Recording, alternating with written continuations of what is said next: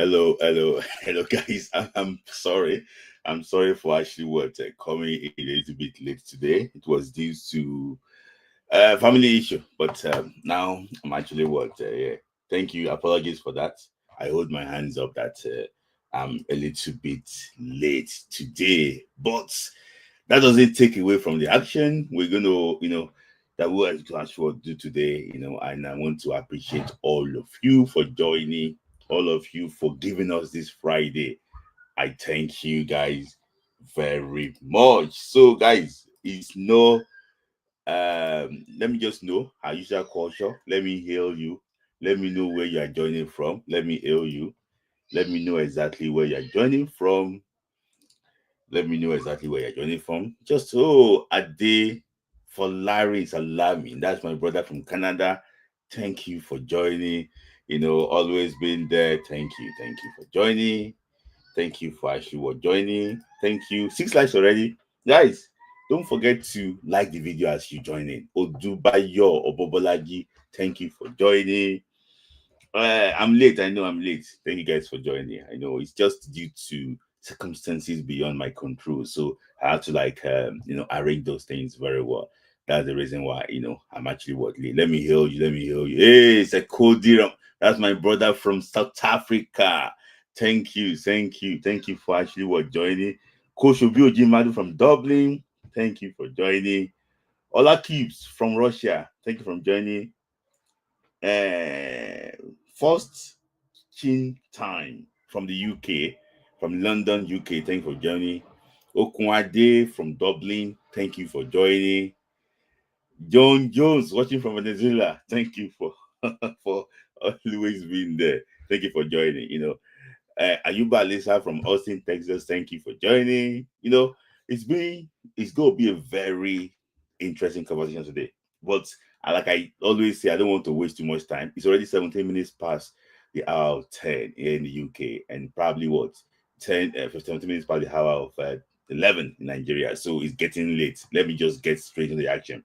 Guys on YouTube, on Facebook, on Instagram, sorry, don't forget Gans Football on YouTube. Go and actually join. And when you join, please like the video. Like the video, it costs nothing. Like the video. If you know anybody regular here to share the news, let that person also know that we're live here. Tosin T from Scotland, thank you for joining. Olutayo Dosumu from Southend, thank you for joining. Bola Kombi from Shelfie, thank you for joining. Manot Etuk, the man like Smith, thank you guys for joining. Julius Abiodun, thank you for joining. And Oluwakomile Olarewaju from Dover, thank you. That's in the other kingdom too. Thank you for joining. J.Y. Door from Watford, thank you for joining. Fantastic to actually was very interesting to actually. But I'm going to start. As I say this day, the charity always begins at home. I have to start on the home front, but not on really the home front now, just on the CAF Champions League. So the quarterfinals for the CAF Champions League draws actually took place about 2 days ago, and these are the draws.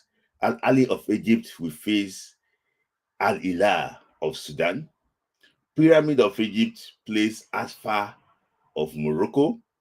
Sundance of South Africa plays Esperance de Tunis of Tunisia. MC Algiers from Algeria plays against Orlando Pirates of South Africa. If you look at these draws, you can see clearly here. You can see clearly here that South Africa, they have 2 clubs here in the quarterfinals of the CAF Champions League. 2 Egyptian clubs in the quarterfinals of the CAF Champions League. There is no West African team here. There is no West African team here. There is no East African team here. That means that with due respect, it used to be Tipi Mazembe from East Africa, Central/East Africa, and he also used to be Enyimba of Nigeria. But unfortunately, things have changed. Morocco is having one club. If you count it now, how many North Africans can you just find here? You can find Al Hali, Pyramid, Hasfa, ES Tunis, MC Ogias. These are like 1, 2, 3, 4, 5. 5 North Africans, 2 South Africans, and one Central Africa. Let me just put down Sudan as Central Africa. It's big shame, but if I'm to say who is my favorite to win this Champions League, yeah, I like Sundance to win because I just like when you invest in football, I like you make money. But I watched Sundance, in the group stage of the CAF Champions League, not really convincing for me. So I have a Nigerian brother that plays for Pirates in South Africa, Olisanda. I also have a Nigerian brother that plays for Pyramid of Egypt, Sodiq Awujola. Who should I think will win? For me, I just think that Al Hali will win it. But if Pirates wins it, I'll be glad. So that's that on the CAF Champions League. The Conference Cup too, the draws actually what came out to. I will, I will not go into that. So now, let me just move on to the CAF, the UEFA Champions League now. So this is Europe. Let me start with UEFA Europa League. The draws came out too today about the Europa League. Looking at this one from a Nigerian perspective. Oh yeah, okay. This should give it to Esperance Tunis. Yeah, you can see that we still have Victoria Pleasant here, a Nigerian place for Victoria Pleasant. That is what's it called? What's this guy's name? Durosimi, yeah. Rafiu Durosimi. We have the guy from Lazio, Fisal Bashiru. We have Olympiacos Bruno Yemechi. We still have like 3 Nigerians, in this, and we also have Bright Osai Samuel. We have Leon Balogun and also Siri Deses. So we still have like quite a number of Nigerians here. For me, if I have to pick a team to win this UEFA Europa League, if I think for me, I will love Rangers to win it. We have 2 Nigerians and Rangers to win it. But I just think that Lazio is a very solid team. Seeing them play, I just think that Lazio can actually win it. So I also wish our Nigerian brothers there the very best of luck. So now to the UEFA Champions League. So, and the draws actually was also complete too. We also have the Nigerian players to also play this club. This is the first time we're having like 4 Nigerians here. We have 2 Nigerians that plays for Bayer Leverkusen. We have 1 Nigerian that plays for 2 Nigerians for Club Brugge and 1 for Lille in France. So for me, if I'm to pick a Nigerian club, a Nigerian place for that can win the Champions League here, is go with Bayer Leverkusen. Because with due respect, I don't think Club Brugge can actually go ahead and win it. I don't think Lille of France too can also go ahead and actually win it. But I have to be rooting for Bayer Leverkusen here. I hope that they can beat Bayern Munich. They've done that. They did one this season. They can also beat Bayern Munich, beat Inter Milan if they progress, and also maybe probably face Barcelona in the semi-finals. For me, I think I'm supporting Bayern Leverkusen to actually to win it from a Nigerian perspective. So that is that on the Europa front. Guys, just tell me, who do you think will win the CAF Champions League? Who do you think will win the UEFA Europa Cup? Who also do you think will win the UEFA Champions League? Let me know, guys. So while we're heading towards talking about the Super Eagles matter, guys, those on Instagram, please go on YouTube now and actually go and join. Let me just put the link there directly so that you can see what go and join. So yeah.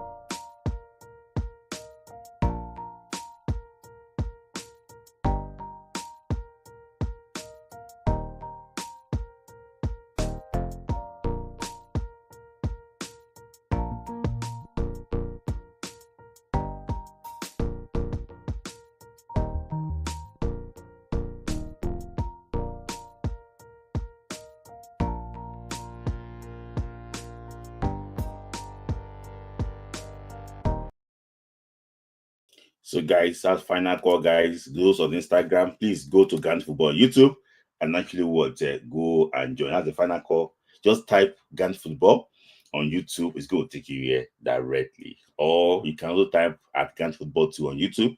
It's going to take you here. And I want to thank everybody for for your support. You know, we're just 3 months into this new channel, and I can see that the progress we have actually made. We're almost 5,000 subscribers. We're already got the hour views and everything. Thank you guys for joining. We promise to actually to serve you better, and we also promise to introduce more programs to this channel. Not only Friday Night Football, we want to add some few things to it too, so that you guys can actually can be more engaging. You guys can actually be able to enjoy us more and more. We have a program coming up during the World Cup qualifiers. I want you guys to be able to feel the World Cup fever.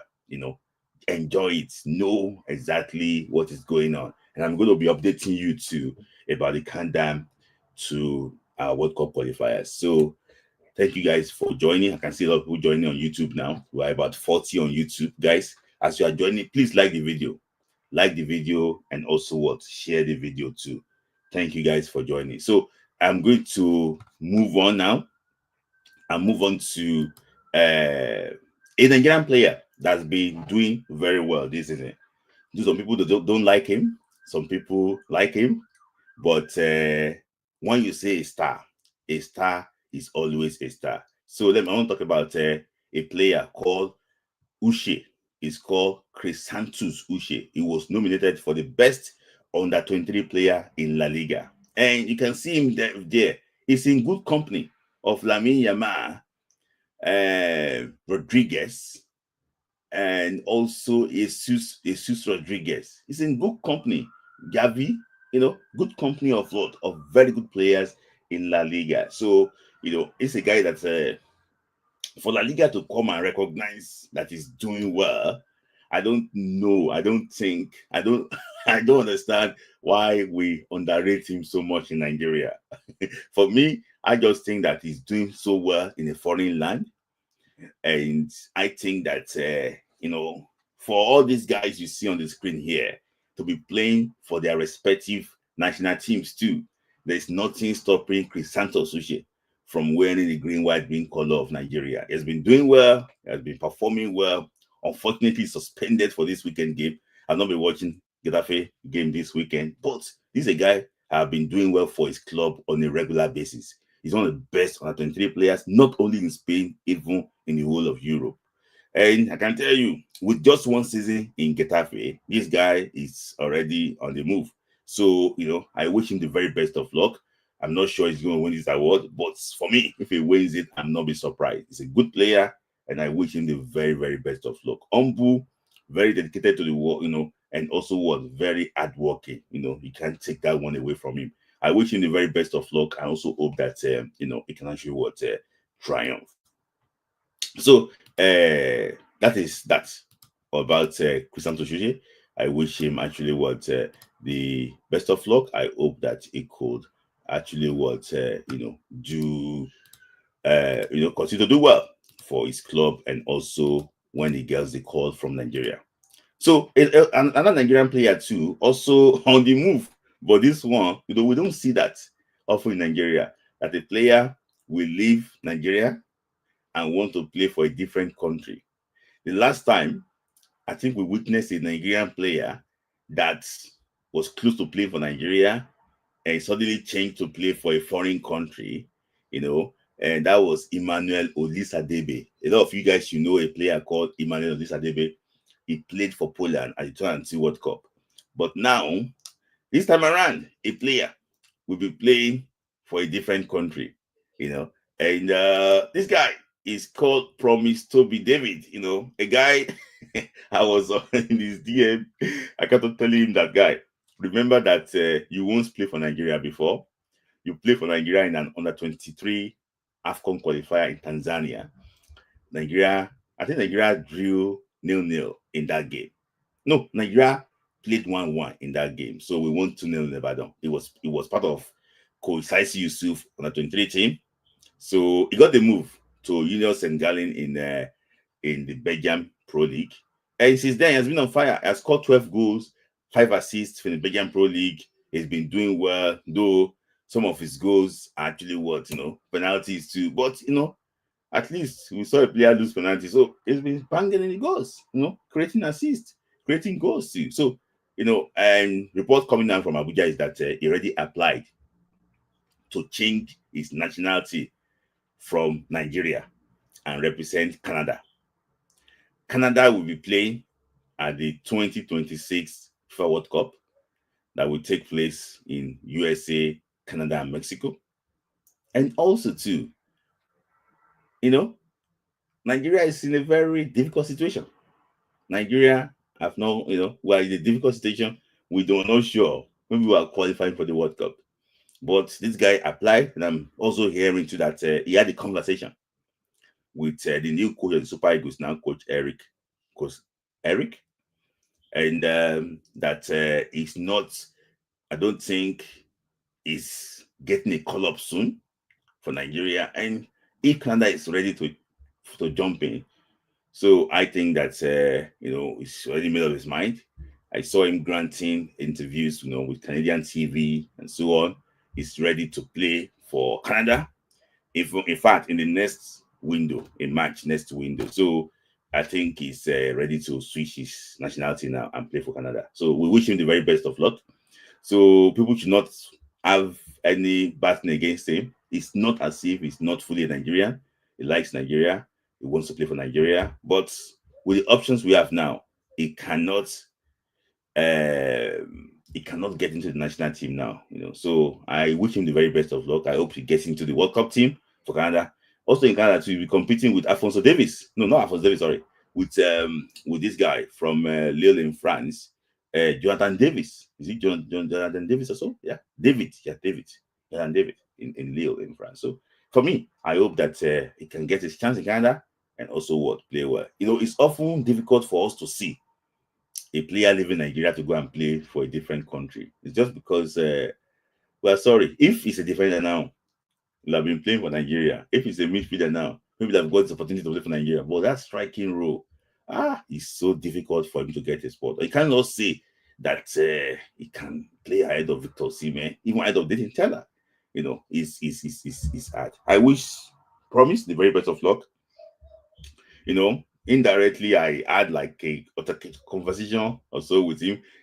I won't say conversation like arguments likely, but he knows what he wants and he wants to play for Nigeria. So he wants to play for Canada. So I wish him the very best of luck. I wish he can actually do well. But if Nigeria play against Canada at the World Cup, please don't score against Nigeria. So that is actually what that. So and let's move on quickly. So it's also been reports. So I want to just move on. So guys, those joining on Instagram now, I'm going to leave the Instagram now, guys. Go on YouTube. Go and actually join on YouTube because I'm going to Super Eagles Matter now. Super Eagles Story. So, and when it's Super Eagles Story, we know that you are already, Super Eagles Matter. So I'm going to Super Eagles Matter now. I'm going to talk about Lookman's matter. Then I'm going to the Canada to the World Cup qualifiers and also talk about Eric Chile and what he's doing currently for the national team. So, guys, I'm going to take you guys off Instagram. Go on YouTube. Go and join. Thank you, guys, on Instagram. Thank you. See you.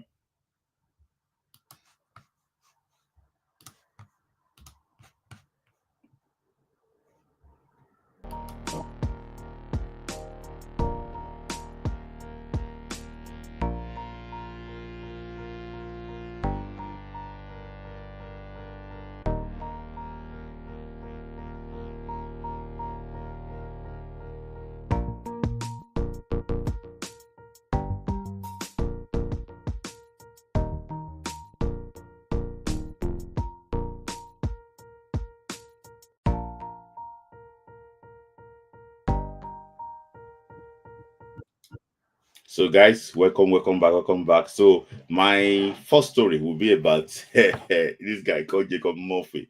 He's been on the. A lot of people have been talking about Jacob Murphy since people think he's eligible. I think he posted something on his story about his Nigerian roots. On how he's also qualified to play for Nigeria too. A lot of mixed feelings about this issue there because people tend to think that they actually would have the chance to play for a different country.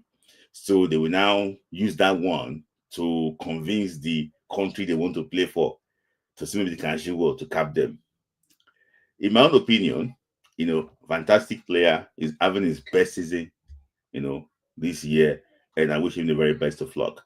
But I've been hearing that he was approached, not a meeting, they put a call to him, and it was the head coach of Super Eagles. That was Coach Eric Chile, according to reports. I was actually there. They said that he's not ready yet. There's no connection between him and Nigeria now because one, he's not even been in Nigeria. I don't think he's that close to his family members in Nigeria, and there's no connection there. So I just think that for anything to happen, it has to be after this conversation with Thomas Tuchel, the current coach of the England national team, to see maybe there's a plan for him to play for the Three Lions. But if the Three Lions did not happen, I think he prefer to play for Nigeria ahead of the Republic of Ireland. So that is what I'm hearing. I wish him the very best of luck. It's a long because he only played for England at the competitive level, at the under 21 level. He played there already. So I just think that it's a long way to change his nationality. But if the coach says that, okay, I need him, maybe he's looking about getting him for 2 or 3 years, and see exactly what can actually contribute. For me, if a 40-year-old play for Nigeria and is delivering the goals, it's better than the 20-year-old that will be playing on TikTok and be misbehaving. My own opinion. If you are in Nigeria, you are in Nigeria. You don't have if you're in Nigeria, you don't, it's not your fault being in Nigeria. So if he claims to be in Nigeria, so be it. It thinks it leans towards being more Nigerian than even more Irish. So for me, I wish him the very best of luck. I hope that if he wants to play for Nigeria, he gets the documents sorted quickly and play for Nigeria. But I think it will happen to play for Nigeria. I think a lot of people think I'm crazy. I think it will happen, but I think it will happen around September. I think it will happen. I think it will happen around what? Around September or so. I think it's going to happen. It's going to happen around September or so, when, I think I won't say much about that. But I wish him the very best of luck. If he changes nationality, if the coach think he's fit enough to play for him, he should call him. But changing nationality from England to Nigeria should not guarantee him the automatic position, automatic space in Super Eagles. So I wish him the very best of luck. If he change it, he's change it. If he's qualified to play for performing well, they should bring him.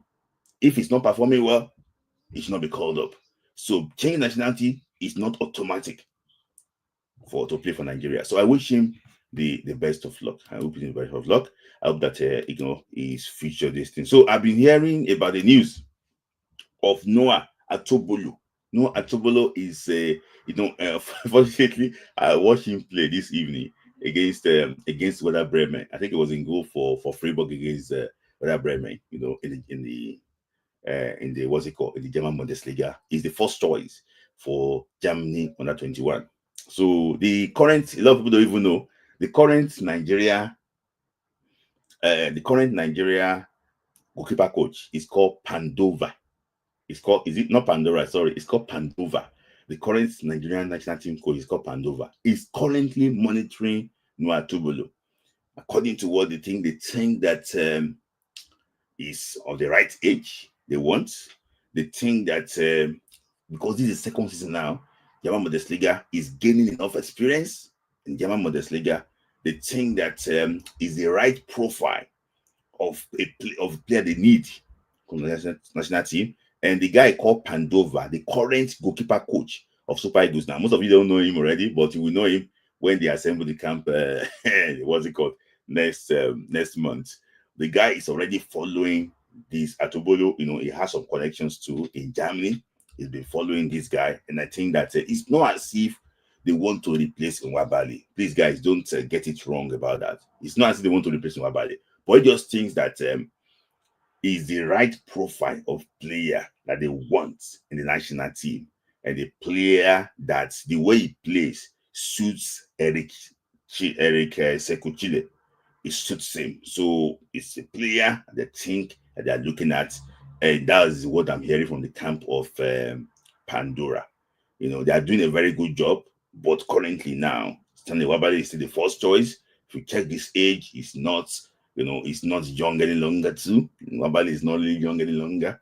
This guy is like 22 or so. So if he tries to play for Nigeria, he can serve Nigeria for so long. A lot of people don't know that this guy said when he was when if you check him very well now, look at his gloves very well. Please just zoom into this video. Look at his gloves very well. You will see the green, white, green there. Can you see? You will see the green, white, green there. He's not shy of his roots. He's not shy of his roots. He's proudly Nigeria. He likes Nigeria. He likes the food. He's experienced in Nigeria. He likes the culture. He likes his people. So what is now stopping from playing for Nigeria? He identifies to be a Nigeria, despite being a goalkeeper for Germany at 21. You will see his gloves putting Nigeria there. He's representing Nigeria everywhere he goes. So for me, it's just a matter of time for this guy to be Nigeria first choice goalkeeper. It's just a matter of time. And I wish Pandova, I think Pandova, apologies for not mentioning his name very well. I wish Pandova the very best of luck in getting into play. I'm also hearing that Otto Okonko too is also on their radar, but this guy is the guy that they really actually want. I wish El Chile and Pandova the very best of luck, and I think that it's just a matter of time too. This guy will soon be Super Eagles goalkeeper. I wish them the very best of luck in their pursuit of Noah Atobolo.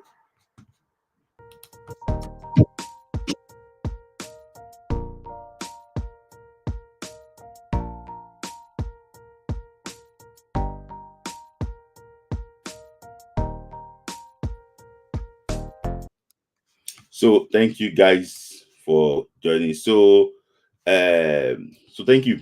So let me also move on to another player also on the before I go to Lookman, another player too, and I'm also hearing that we might be seeing the debut for Chuba Akpom. Chuba Akpom have changed nationality for how many years ago now? Long time ago. In fact, I don't know if he's winning his cap. He's going to win his cap this year, but it could come as early as this match. I'm hearing that there's also been a conversation between him and the manager, and I think that this is the first time that I think Genetro had a conversation with him.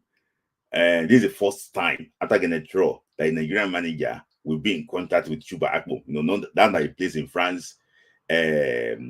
Eric Chile covers the French league. He understands the French league. He's French. He plays in France now, so he's monitoring his progress, and he already hit the ground running. He's playing for a Champions League club. They're going to play against Dortmund because they're going to play against Dortmund in the round of 16 and the quarterfinal round of 16 or so. So he's a guy that is of interest too, and he might be getting his call up, in this match window, in a crucial qualifier. Throw him there. I'm not saying he should start up, but he can come and change few things. Let him come and know exactly what it takes to play for Nigeria. He's old now. He's of the right age to play international football. So you cannot say he's not experienced enough to undo this type of pressure. I wish him the very best of luck. He's going to be welcomed in the team by his childhood friend and a very close ally, Alex Iwobi. He's good with Alex Iwobi, with Ola, so it's in good hands when it comes. It's not as if he just coming in isolation. It's good. It's in good hands with Akpom, with Alex Iwobi, and also Ola. Alex Iwobi grew up in the Hills Academy with Chuba Akpom. So I wish him the very best of luck. You know, he's a player I really like very well. I like a player that can play with the ball on his leg and can also score goals too. You know, Chuba Akpom, I wish him the very best of luck. Tall guy, you know, he's having a very good season now. So I hope that he can bring that one to the national team too. Akpom, congratulations in advance if you get the call up. But I think his name is actually what on the professional list for the World Cup qualifier. Remaining 6 World Cup qualifiers. I wish him the very best of luck. So that is that on the issue about Nigerian players. So let me just move on to the issue that dominated the Nigerian space, and that issue had to do with Ademola Lookman and Gasperini. But let me just give you a context. So Atlanta crashed out of the UEFA Champions League, losing 6, is it? Was it 3-1 and 5-2 on aggregate against Club Brugge of Belgium. And you know, Lookman didn't play the first leg in Belgium. They lost 2-1, but he played the second leg. Second of the second leg, he scored a goal, but he lost the penalty. So in the post-match interview, Atlanta manager Gasperini went all out for him. And let me just take what he actually was said quickly. You know that on Atlanta manager said Lookman was not supposed to take that penalty. He's one of the worst penalty takers I have ever seen. He has a frankly terrible record, even in training. He converts very few of them. In a moment of enthusiasm after scoring, he decided to take the ball, and that was a gesture I did not appreciate at all. That was Gasperini say that. And let me just, before I go to Lookman's response, let me just try and tell you some background quickly about Gasperini. So, if you look at Gasperini very well, some of you have monitored his what's it called? His closing. So, Gasperini started his career as a Juventus youth team coach. So he saw players then too. He thinks that they were better penalty takers than Lookman. He went to Crotone. I think there was in Serie C then. He went to Genoa. Genoa was in Serie B then. He was in Inter Milan, was in Palermo, Genoa, and Atalanta. He's a well-traveled manager. He thinks that in all those clubs in Serie B, Serie C that has coached, that Lookman is one of the worst penalty takers that I find disrespectful. And I understand why Lookman actually was. It's going to come for him. Let me just tell you about Lookman's response. In response to Gasperini, he said that being singled out in the manner I've been not be able to assure it, I've been not only hurt but feels deeply disrespectful. The designated penalty taker instructed me to take the penalty, and to support the team, I took the responsibility in the moment to do so. So that was the response from Ademola Lookman. He said that the designated penalty taker instructed me to take the penalty, and to support the team, I took the responsibility in the moment. So the issue is this. You know, I tend to look for argument to support Gasperini, but I cannot find anything. I saw a lot of people try to argue for Gasperini, but I can't find anything. In fact, the only innocent guy here, not because I'm a Nigerian like Lookman, is Ademola Lookman.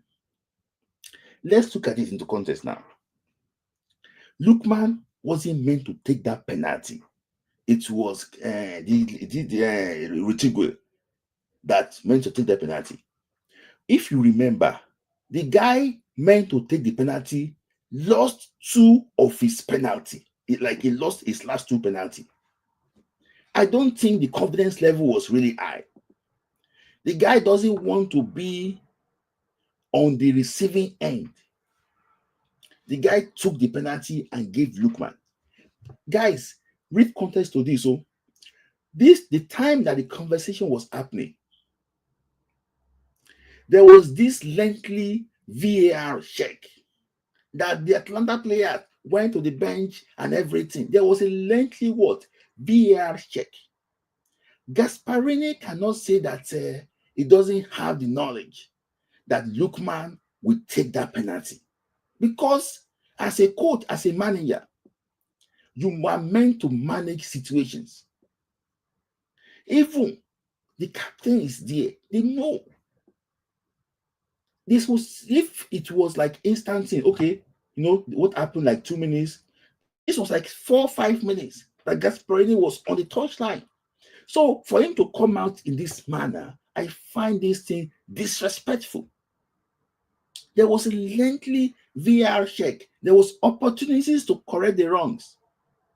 If Lookman scored that penalty, you are pretty sure that he will never come out and say things like that because things didn't go his way.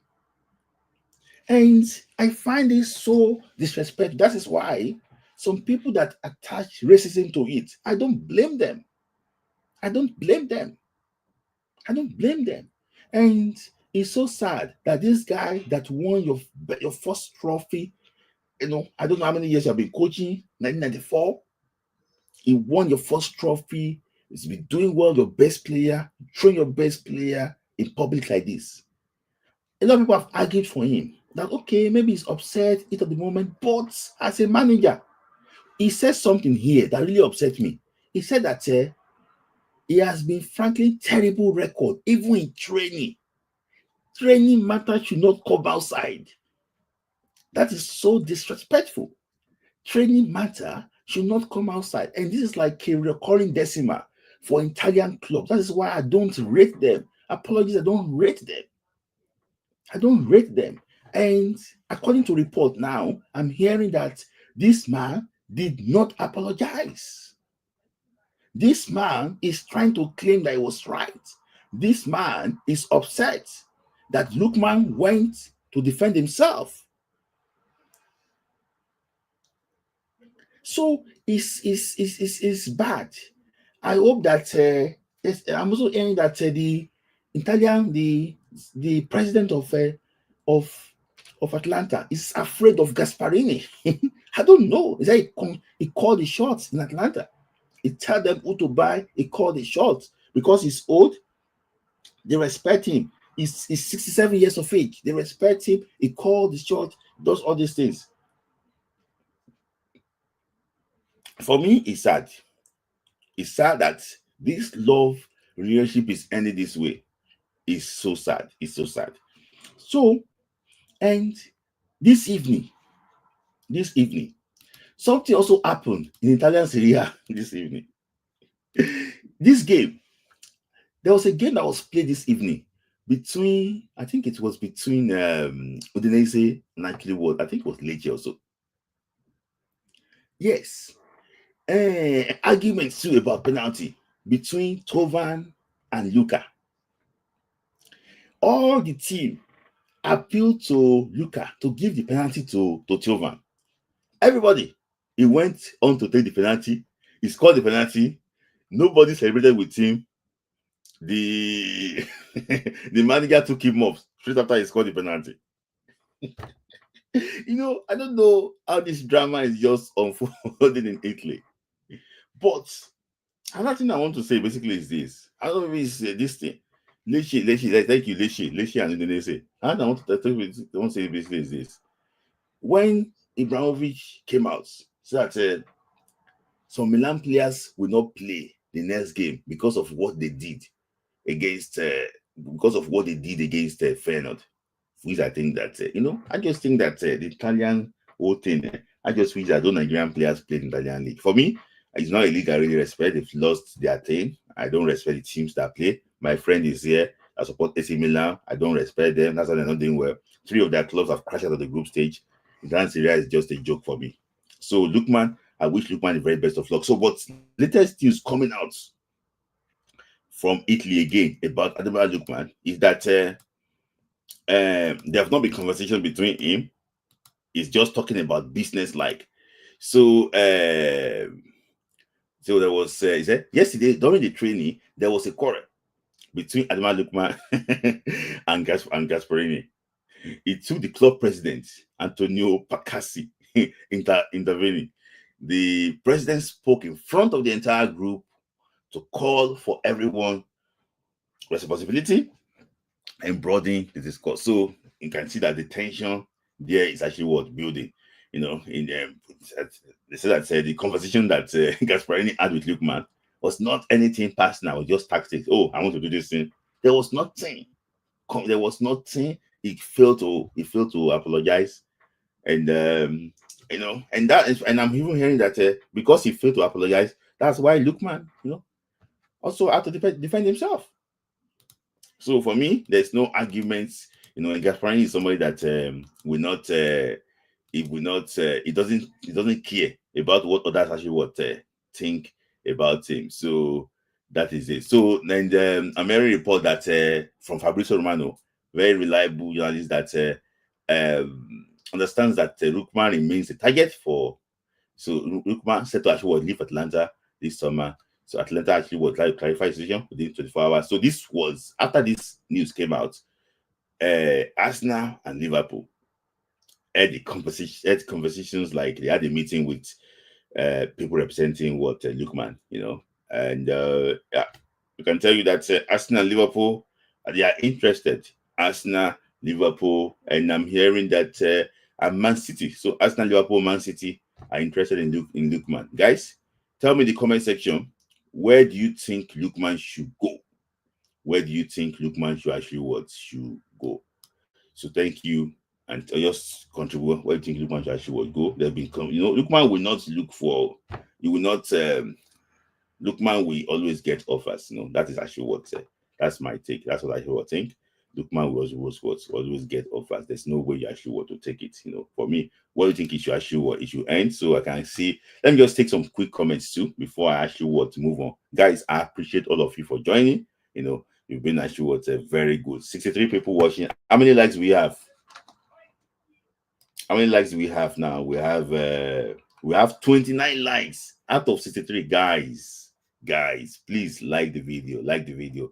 29 likes out of 53 people watching. Come on.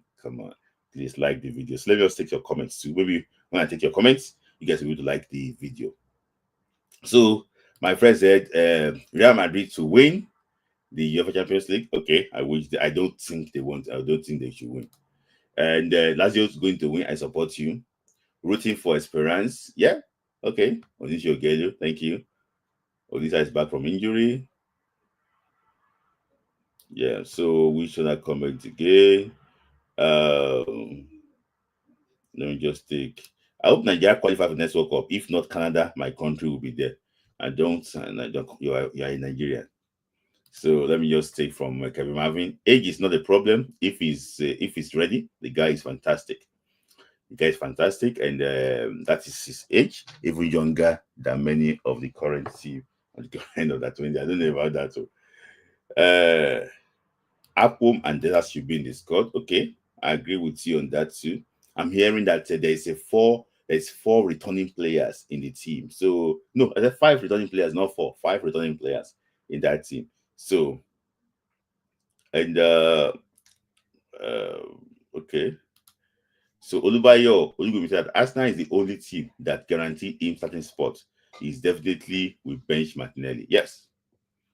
Ajibola Team Toko said that Liverpool got Gakpo and Luis Diaz. I think they're trying to sell Luis Diaz. So you should go to Arsenal, Jare. Okay. Coach Obi Ojumo said Atlanta fans put up a banner outside the team training ground to support Lookman. Mola, don't be afraid to take penalties. Yes, I saw that one too. In fact, the Peru, everybody they're supporting Lookman, and Gasperini is not really liking it. That's one of the big problems. Oladipo I did my man. Ola said that I think he will do what Doku is doing better. Man City would have been perfect. Okay, winning trophy, Man City, but playing time, Arsenal and Liverpool. Okay. So I think PSG are not signing Lookman again, your namesake, because they just signed this guy, Kravastelia. So that's like another I did my match at the 5 returning players make we no see on Nazi or the year because I did I did think why the fit for now. Okay. Will Chukwemeka be World Cup? No, Chukwemeka is not there. I can tell you that one for free. It's not there, but it's part of the wider list. But it's not gonna. It's gonna be there. Except miracle happens, it's not gonna be there. So our players do well in Syria, but Lookman should go to Liverpool. Yeah. I should agree with you on that. So thank you guys for joining, guys. If you like the video, 36 likes, guys. Take it to 40 now. 64 people watching. 64 people watching live. Take it to 40. I know that what's it called? Some people are here, they don't like us, they just come to and listen to us and come and abuse us. But at least now, like the video, guys. Like the video. Like the video. That's how you can actually support us. Like the video. For now, like the video. We're trying to get somebody to go to Rwanda for us, report live, go to Ujo, report live, go to Benin Republic and what's it called, and South Africa. Okay, I'll talk about that later. I don't want to squeeze out. Yes, I'll talk about that one later. So yeah, you are right. PSG signed Cavastelia. Yeah, he signed Cavastelia already. So I don't think they are really actually interested in him again. So but what I can say is that Lookman is a fantastic gentleman, and he's a guy that I really actually would appreciate a lot. I wish him the very best of luck. So talking about news about the World Cup, feel like 5 times. Person feel like no, you can't. Well, I only one. So talking about the World Cup qualifier now, I can tell you, I can report to you live that the match between Benin Republic and South Africa will take place at the Ofenajan Stadium in Abidjan. So it's not going to be played in South Africa. And I can tell you that we did our investigation. We did a lot of investigation. It took like 5 days. They didn't want to release it. I've been playing in South Africa, but kudos to some people that believe that there should be integrity in all these things. So the game will be played in Abidjan, and South Africa said that okay, as soon as they're done with the game against Lesotho, they will take their private jets and fly to Abidjan directly. So I just think that that is better in the spirit of being fair, of fairness. If you have a better chance of qualifying, you should do what your opponents would not be comfortable with. So I think Benin Republic already have their home, in Ivory Coast. They know how it works in Ivory Coast, and they'll be playing in Ivory Coast against South Africa. So the match will take place in South Africa, and Kenneth Ross wasn't happy that the match is still in Abidjan. He said he wanted the match to be in Cotonou, but unfortunately, the Cotonou Stadium is not ready. I think they might be able to host Zimbabwe in September. Able to host Zimbabwe in September in their stadium. So, but it's not ready yet, unfortunately. So they want to give them a chance.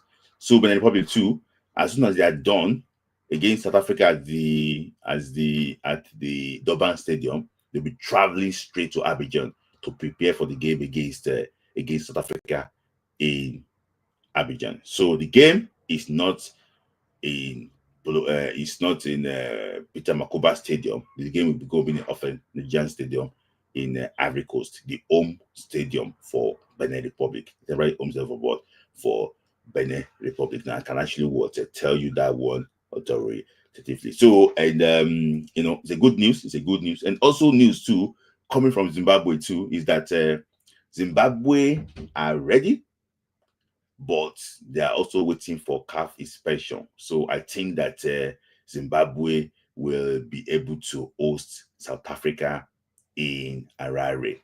They are done. They are almost done with their buckets installation of the Harare Stadium. So they are done with the dressing room. They are working on the pitch, so they should be ready to host in September, not in March. So their March game will be played in Durban, South Africa. So, and they're going to be hosting in the Republic in South Africa. In South Africa, then they will travel to Uyo, straight after the game to play against what Nigeria. So that is that. Currently, they say, and we'll just give you this news. The Zimbabwean league is not actually what is not really on now, and the coach is struggling to even select players for the national team because he wants to pick some of the home-based players too. But currently, they are not actually what playing currently. So there's a lot of struggles there, but I hope that I don't hope that they sort of themselves out. I hope that they can also be in disarray when they come to Nigeria and we show them Shege in Uyo.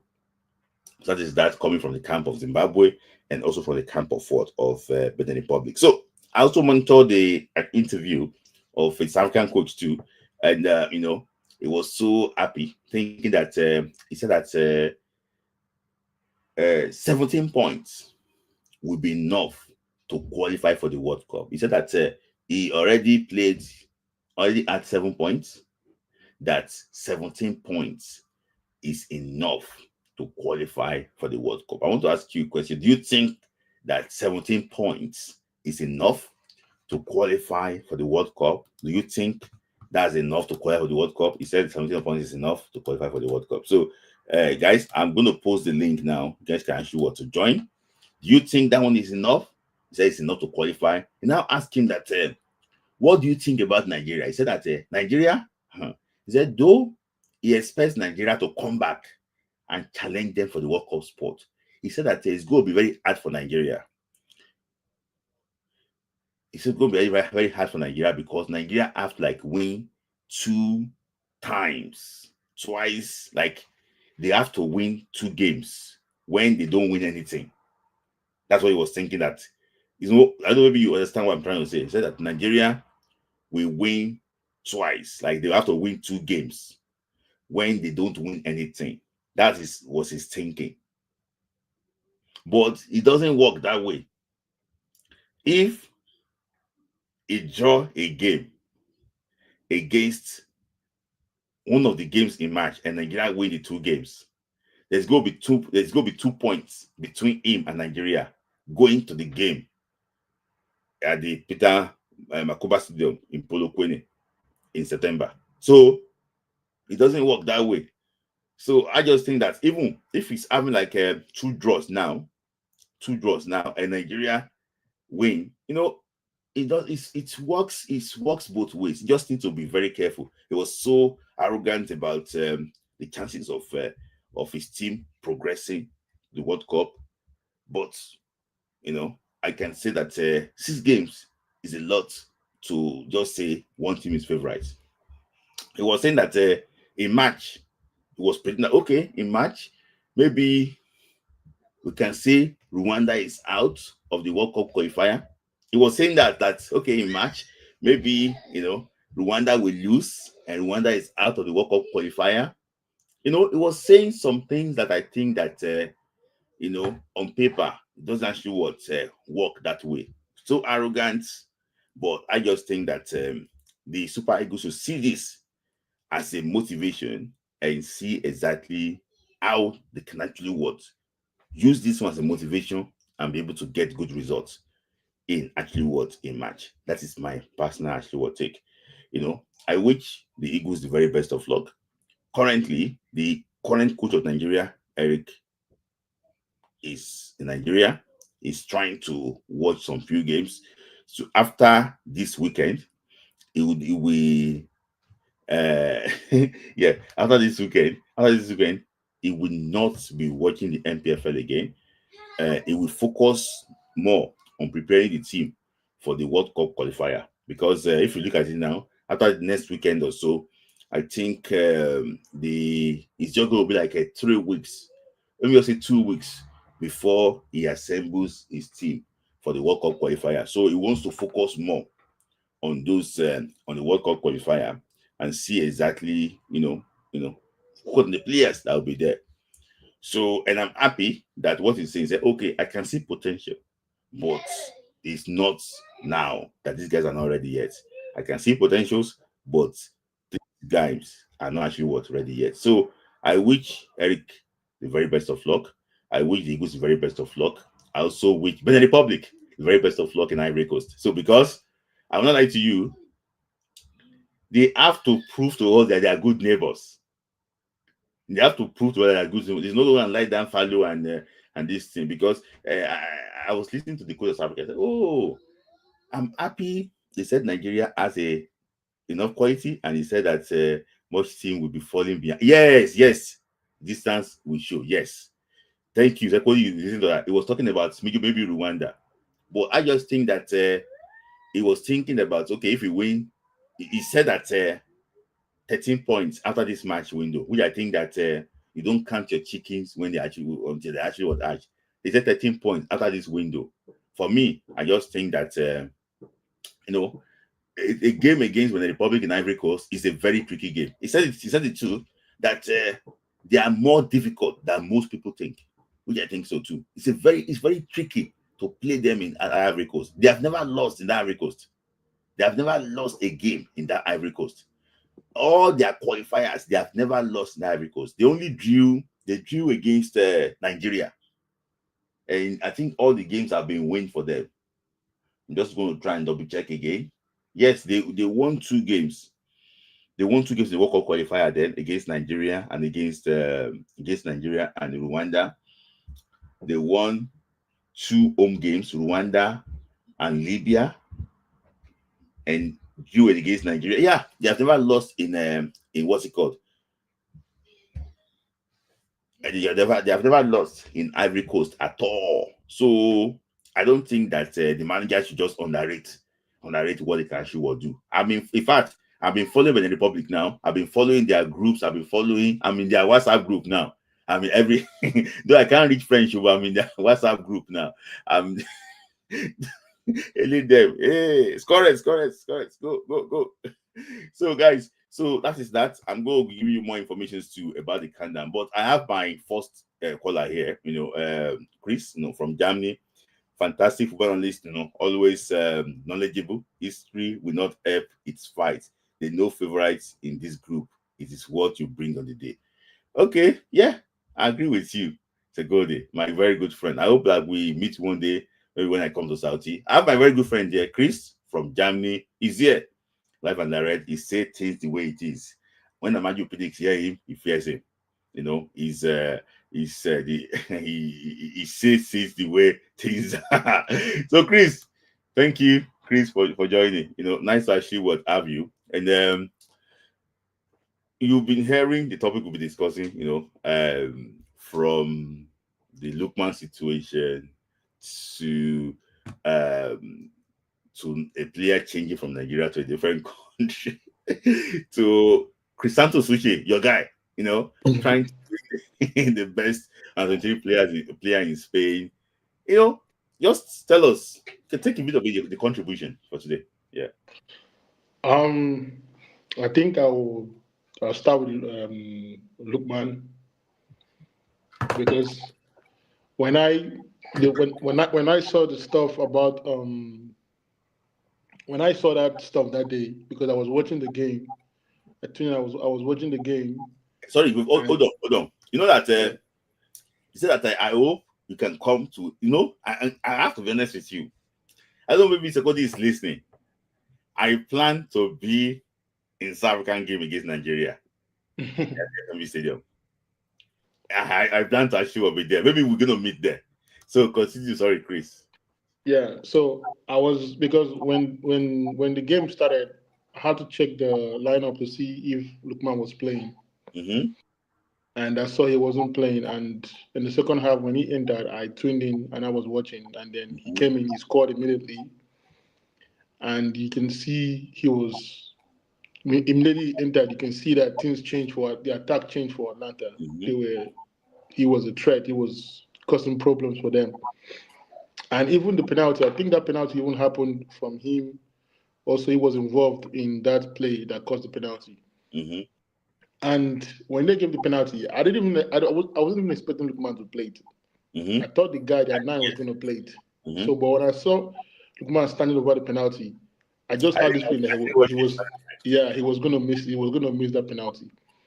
And when the game ended, I didn't even expect anything. I was just thinking back to that Fulham stuff that happened with him, and I was just on my phone, and then I just saw Fabrizio Romano just posted something, and I was wondering, like, I first of all had to check whether it's a parody account that posted it, and I saw it was really the coach that was saying something like that. And when you read something like that, with the whole, things that be happening in Italy with black players, the first thing that comes to your mind is that this man is racist. Because their striker, that guy, missed the penalty in the last game that would have, helped push them forward in the table, but he didn't say anything. And he also missed the penalty against Arsenal in the Champions League that would have given them that win, because Arsenal were not good that day. Yeah. And we didn't hear anything from him. And so, while looking at that, I had to, really look up to see his history, like his relationship with his players in the past. And looking at that, I found out that anytime there's a player in the team that is loved by the fans, that is adored by the fans, he always has a problem with that player. He always finds a way to have a problem with that player. And when I saw that, and I saw a post someone made, an Italian journalist made. He said Gasperini runs Atlanta like a dictator, like he wants to be the main person. Nobody should be above him in terms of admiration from the fans. Like he should be the main. And seeing what Lookman did at that Europa League final, that is something that Atlanta fans will never forget. So even if Lookman ends up having 5 bad games, they don't care. For them, they know, like, this is what you did for us. This is what you did for us.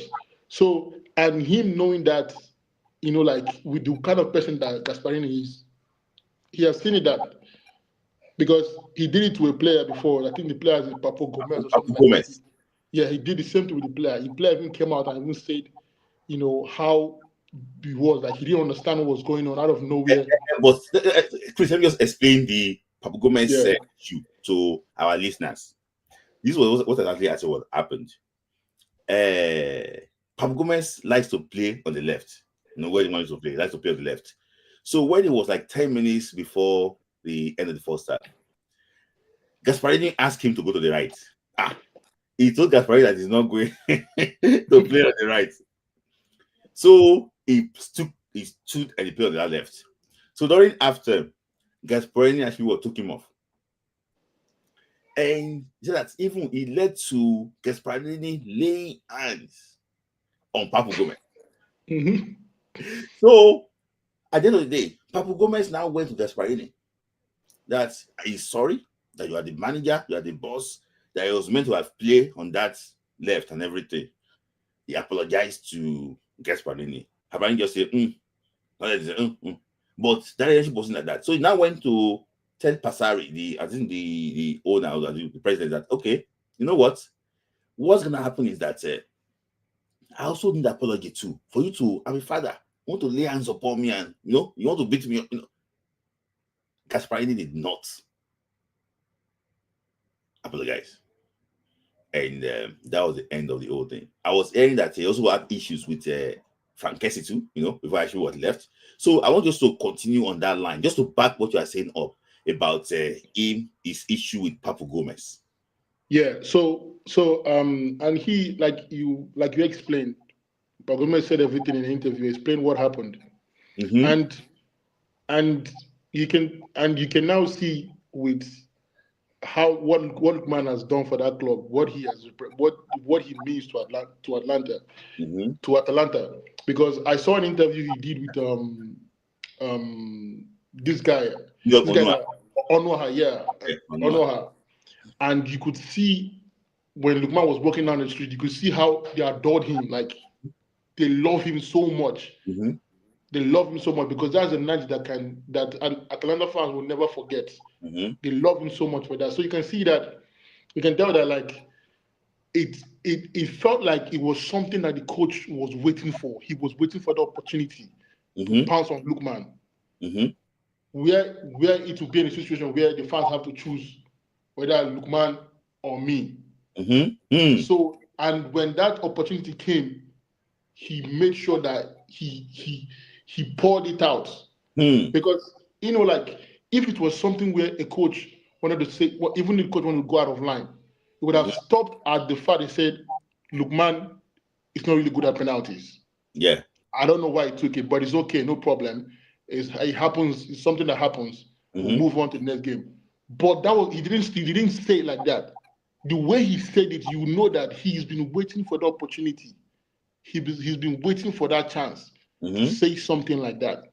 And he kept on going, even after the first statement he made, saying he's the worst penalty taker he has ever seen. He kept going, kept saying things that even you as a player, you would think like, did I offend you in any way?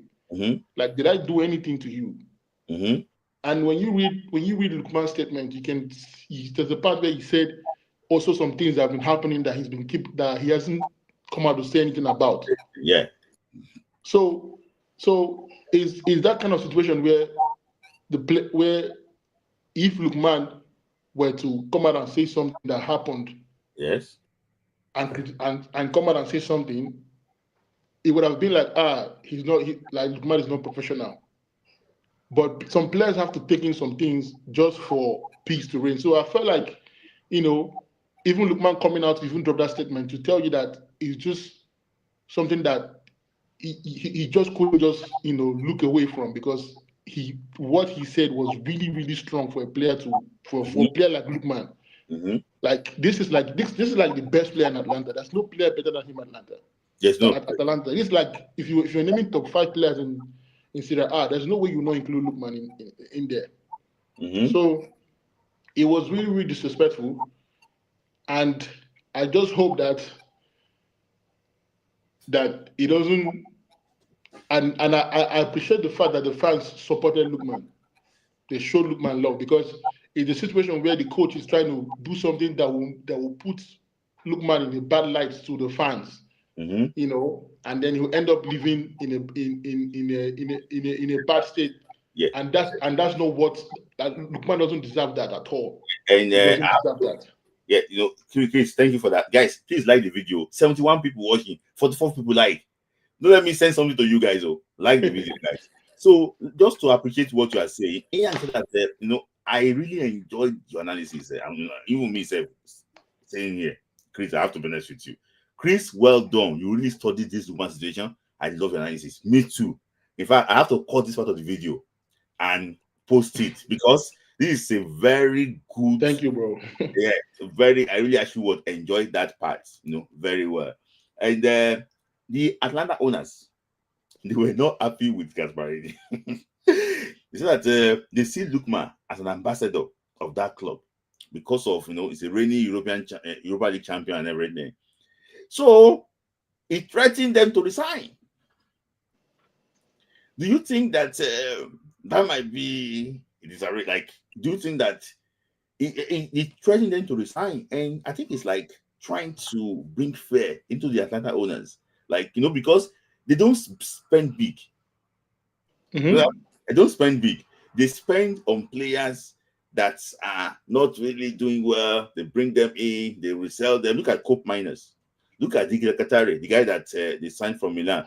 Look at Lookman, from Fulham, Look at Odino Kosonu from Bayern Leverkusen. Not really this. Look at how they have been getting those players and selling them for big prices. Look at Frank Kessie, from I think was it to AC Milan? Yeah, to AC Milan. So for me, I don't know. This man is just like I don't know how to just look at it. And this also, guy, yeah. And also when you also look at it, the owners are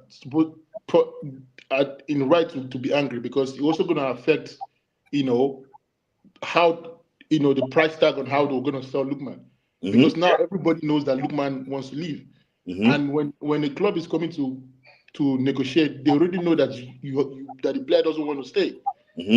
You understand? It's the same mistake that Napoli made with Osimhen, Yeah. because clubs knew that you need this player to leave. Mm-hmm. So they are not going to listen to whatever offer you're going to give. They'll tell you what they want to pay, and it's left to you that want to sell the player. So I think that's something that the owners also will look at and say, look, this is not good. You are really spoiling business for us. Because if Lookman, if this stuff didn't happen and it gets to the end of the season and stuff like that, you can't really tell what Atalanta plans if they want to give Lookman a new contract or whatever. They can play around with the agent and stuff to get clubs to pay what they want. But in this situation now, everybody knows that you need to sell this guy. So what it's no longer in their hands now to determine what they need to do, whatever stuff. So is really a very bad way to end the good relationship between Lookman and Atlanta. So now, this is a comment from my very good friend Oladipo Ainde, the Osimhen man. He said that the problem now is Gasperini benching Lookman. What do you see in that type of, do you think that they try to take vengeance and actually bench Lookman? If he benches Lookman, who's gonna suffer it? Is the team. I mean, look at what happened when Lookman got injured. You saw how they struggled when Lookman got injured. So if he decides to bench Lookman and they miss out on a Champions League spot, the fans are gonna turn on him and say, look, we are suffering. We need our best player in the team. So whatever Gasperini is thinking or whatever, at the end of the day, Lookman is in a very good place. He just needs to, as long as Lookman is coming to training, as long as there's no news of him, not coming to training or whatever, as long as he's doing his part, as long as the fans know that he's doing his part, and he's the coach that's not playing him, they will know, okay, you are losing games, you are not winning games. There's no attacker there that's better than Lookman. Yes. There's none. He has been carrying the team to this season. When he got injured, their performance dropped. Yes. They went from being close to Napoli to how many points now off Napoli? Yes. So you see, and also they need to qualify for Champions League because that money is important to the club also. Yes. So if he decides to bench Lookman and they are not winning games, then the fans are going to turn on him. Yes. So, let me just trying to play the devil's advocate now. Is there any argument you can make for Gasperini? I think my only argument for Gasperini is that, like you said, like is he 72 years old? I forgot how old he is. He's old, 67. and 67, and he's this old Italian coach that that they have like this kind of that they live in a different world. You understand? They feel like they can do whatever this and that. I think that's just the issue. That's the only thing I can say about him. To just give him that benefit. Say, okay, is the nature of of his how do I say, like what he has been been around and stuff like that. Because when you look at what's his name, when you look at Allegri, they almost have the same behavior. When you look at what's his name, the Italian coach now, the former Napoli coach, they also have the same. They also have that. They just do something about them that they just feel like when they don't want something, they just be so expressive and just say whatever they want to say without even caring about how the player feels about it and stuff like that. So that's the only thing I can say about that. So these comments came, to my. So Bobby Ray, shout out to you guys. Shout out to you, Bobby Ray. I know you are not here, Bobby Ray. I know that when I finish, that is when you listen to all these things, Bobby Ray. So this is your comment. I did tell you I'm going to take it out, but I'm taking the comment out because this is what Bobby Ray said. He said, firstly, you don't eat back at your manager in public. He was trying to defend Gasperini. He said, you don't eat back at your manager in public. Though it can be Gasperini, spoke actually in the public, but it's the manager and and it has to be what layers behind it. For penalties, I've always insisted on a designated penalty taker. Always, don't forget this is the same Lookman Dan chose at what beginning of the season when PSG were in talks with him, but he was still welcome. I don't think that will have healed. So before I bring Aidotu on, I know that you have really studied this conversation. And my Bobby Ray, my very good friend, we want to hear your thoughts. That's why I'm bringing this thing in. So, Bobby Ray, Chris will say something about this comments. Chris, before I come to Aidotu quickly. Yeah, Chris, say something about I think what Bobby, I understand what you're trying to say, that don't hit back at your manager and stuff like that, But then again, like we all said, like we all read the comments. We all saw what he said. Mm-hmm. If he said Lookman is not really good at taking penalties, mm-hmm. I don't know why he took it, but it happened. It's part of the game. Next time we'll prepare better. And he goes, no problem. You understand what I mean? No problem. But when you read the stuff he said, saying that he's the worst penalty taker he has ever seen, and kept on going, saying things. Now, you are not deflecting from the fact that you were three goals down or what at home to Club Brugge. Now you are taking the blame away from yourself, the coach.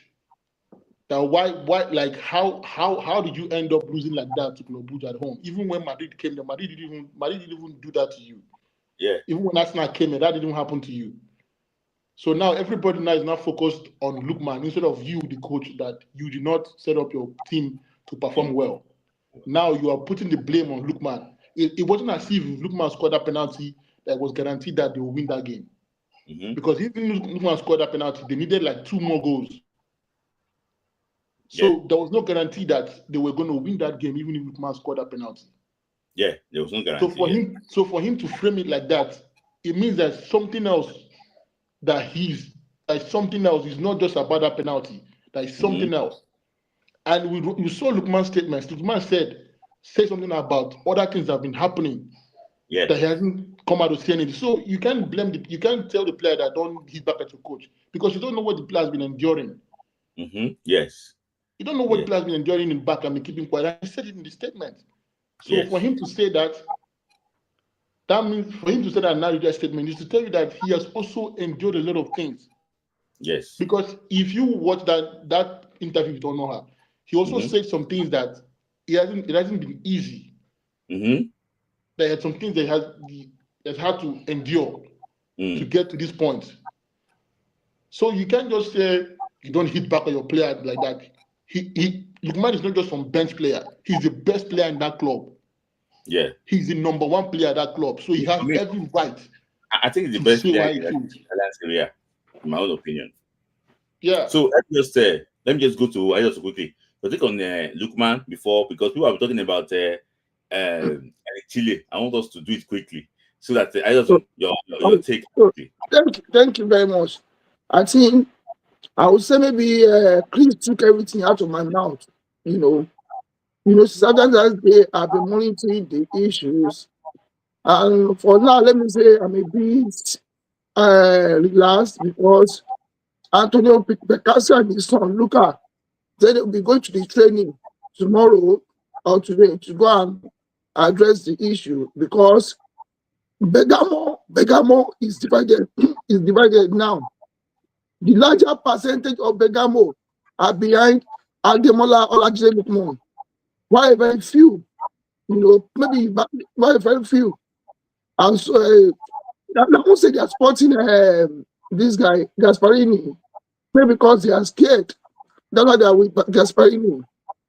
Because the way it is going, I don't know. Like, if the tension continues, Gasperini, I know people have been saying that he has his connection, this MAFIA connection. I think this time around, he might not be able to survive, because A lot of players not come out. Go and look at what happened between him and Robin Gosens. When I was saying when attacking for that one, Kulusevski, Kumenas, Pap Gomez, all the big players.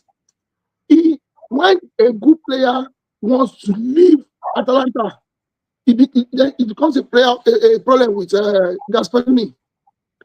It becomes a problem.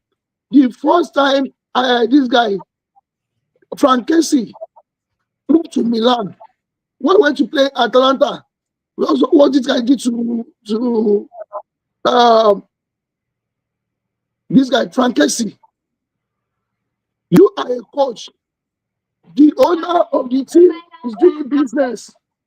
Just the team wants to do business.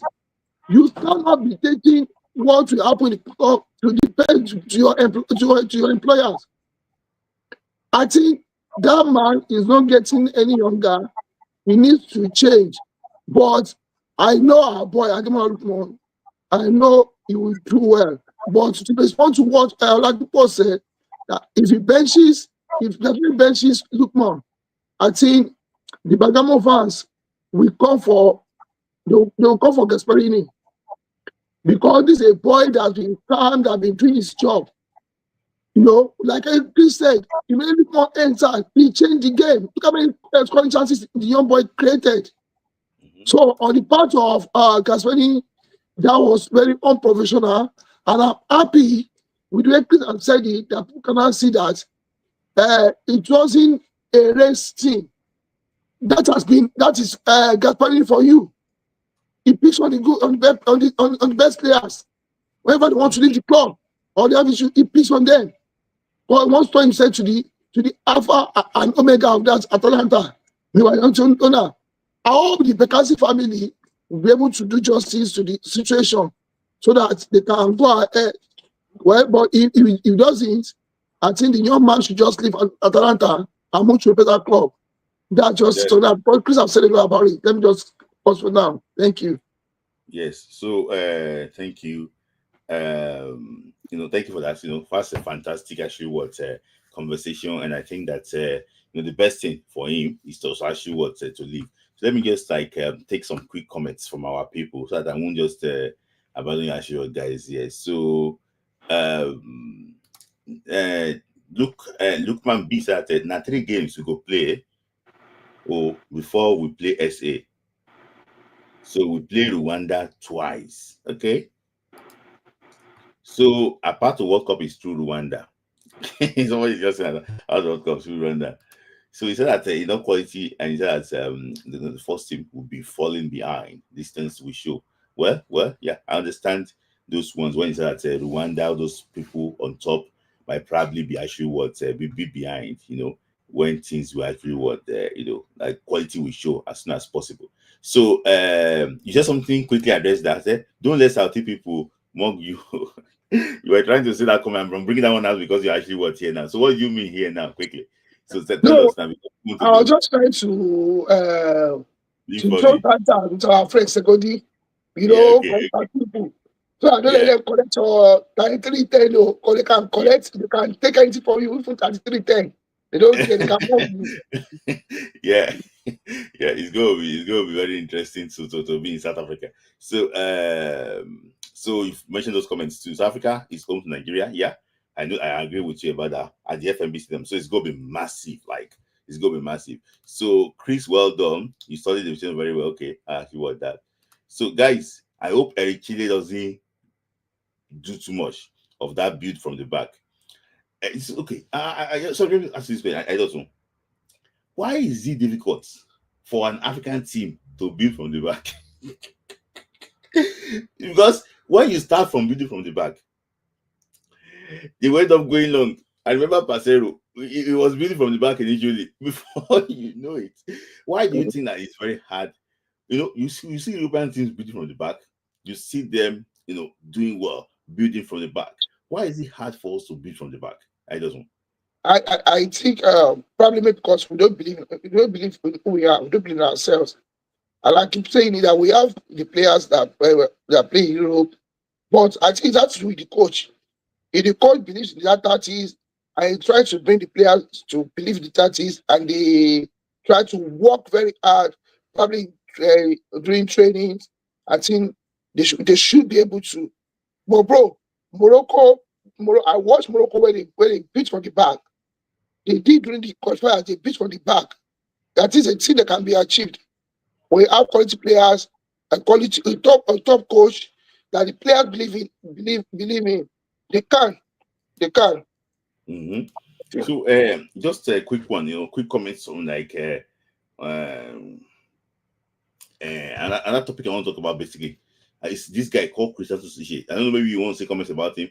A lot of people don't like him, they don't trust him. Why do you think that he's like that? Why? And thank you very much. Like I happen to be one of those that be saying that I'm not going to take on the fact that he's a very good player, he's a fantastic player. But I'm one of the few people that I'm saying that I don't want him to be invited now. If Mhm. it had been possible for us to have a friendly match for the game, I would have loved him to be invited. You know why? I love this guy. But He's a what very of good if player. invited and not playing and did not play? What about that? Okay, that's part of it. Maybe to come and gel with the team, that would be a good one. What I'm just saying that I don't want the boy to be under pressure. And I've been saying that this is why I'm supporting Chel, because Chel took a delicate job. Taking the job of Spike Eagles at this stage now is very delicate. Mm-hmm. Nigerians don't care about those that started the qualifiers. What we want is to go to the World Cup, and any coach that taking the job now, if he fails to cover the World Cup, the whole blame will be on him. And for this man to have taken that job is a very delicate situation.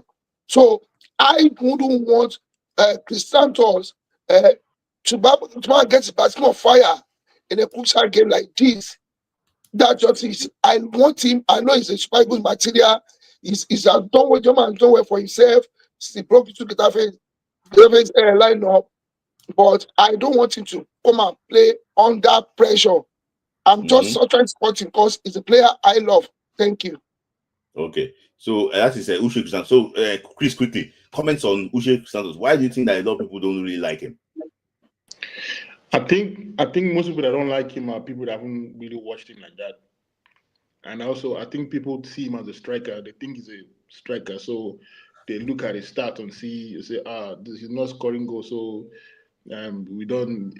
I think that's what people look at him like, because I was on YouTube the other day, and I was watching a video from this guy's final whistle, and they were Mm-hmm. talking about Chrisantus, and they were saying something about he's a striker. That how many goals does he have?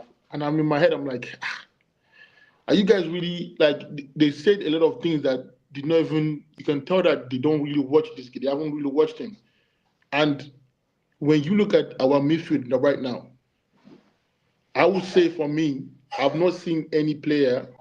We don't have a profile like that in our midfield. We don't have a player that like that in our midfield. So I don't know why people are saying that they don't want him. I don't know what you want, because if you look at our midfield, the only player that we can say is even trying to even that has like a different profile is Abdel Bashiru.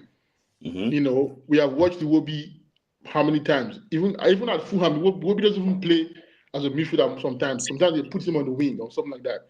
So I don't know why people are saying that they this and that. Even like, how do I say, like, when you look at Frank, what's his name, Onyedika, you know, he's more of a, how do I say it? He's not that kind of player that you can say that drives, someone that we need to attack the box, someone that we need that can, you know, cover lanes and stuff like that. So when people say they don't want him, I always try to hear the reason why. And the only thing they say that they say stuff like he doesn't know his position. He doesn't know whether he's a striker or this.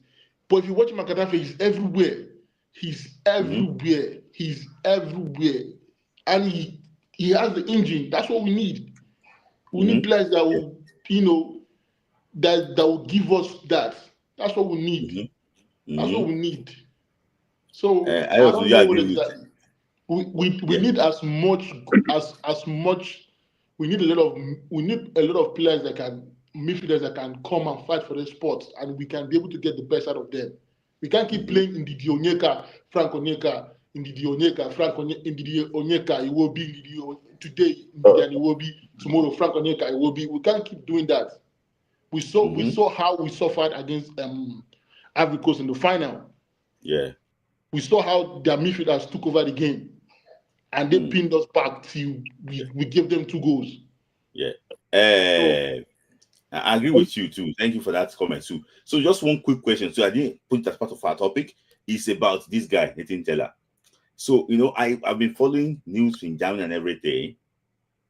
I want to ask going to you. Why do you think that Alonso is preferring this guy ahead of the of Boniface and Patrick Schick? Well, thank you very much. I'm happy that you are bringing back this topic. See, the Nathan Teller is a unique player.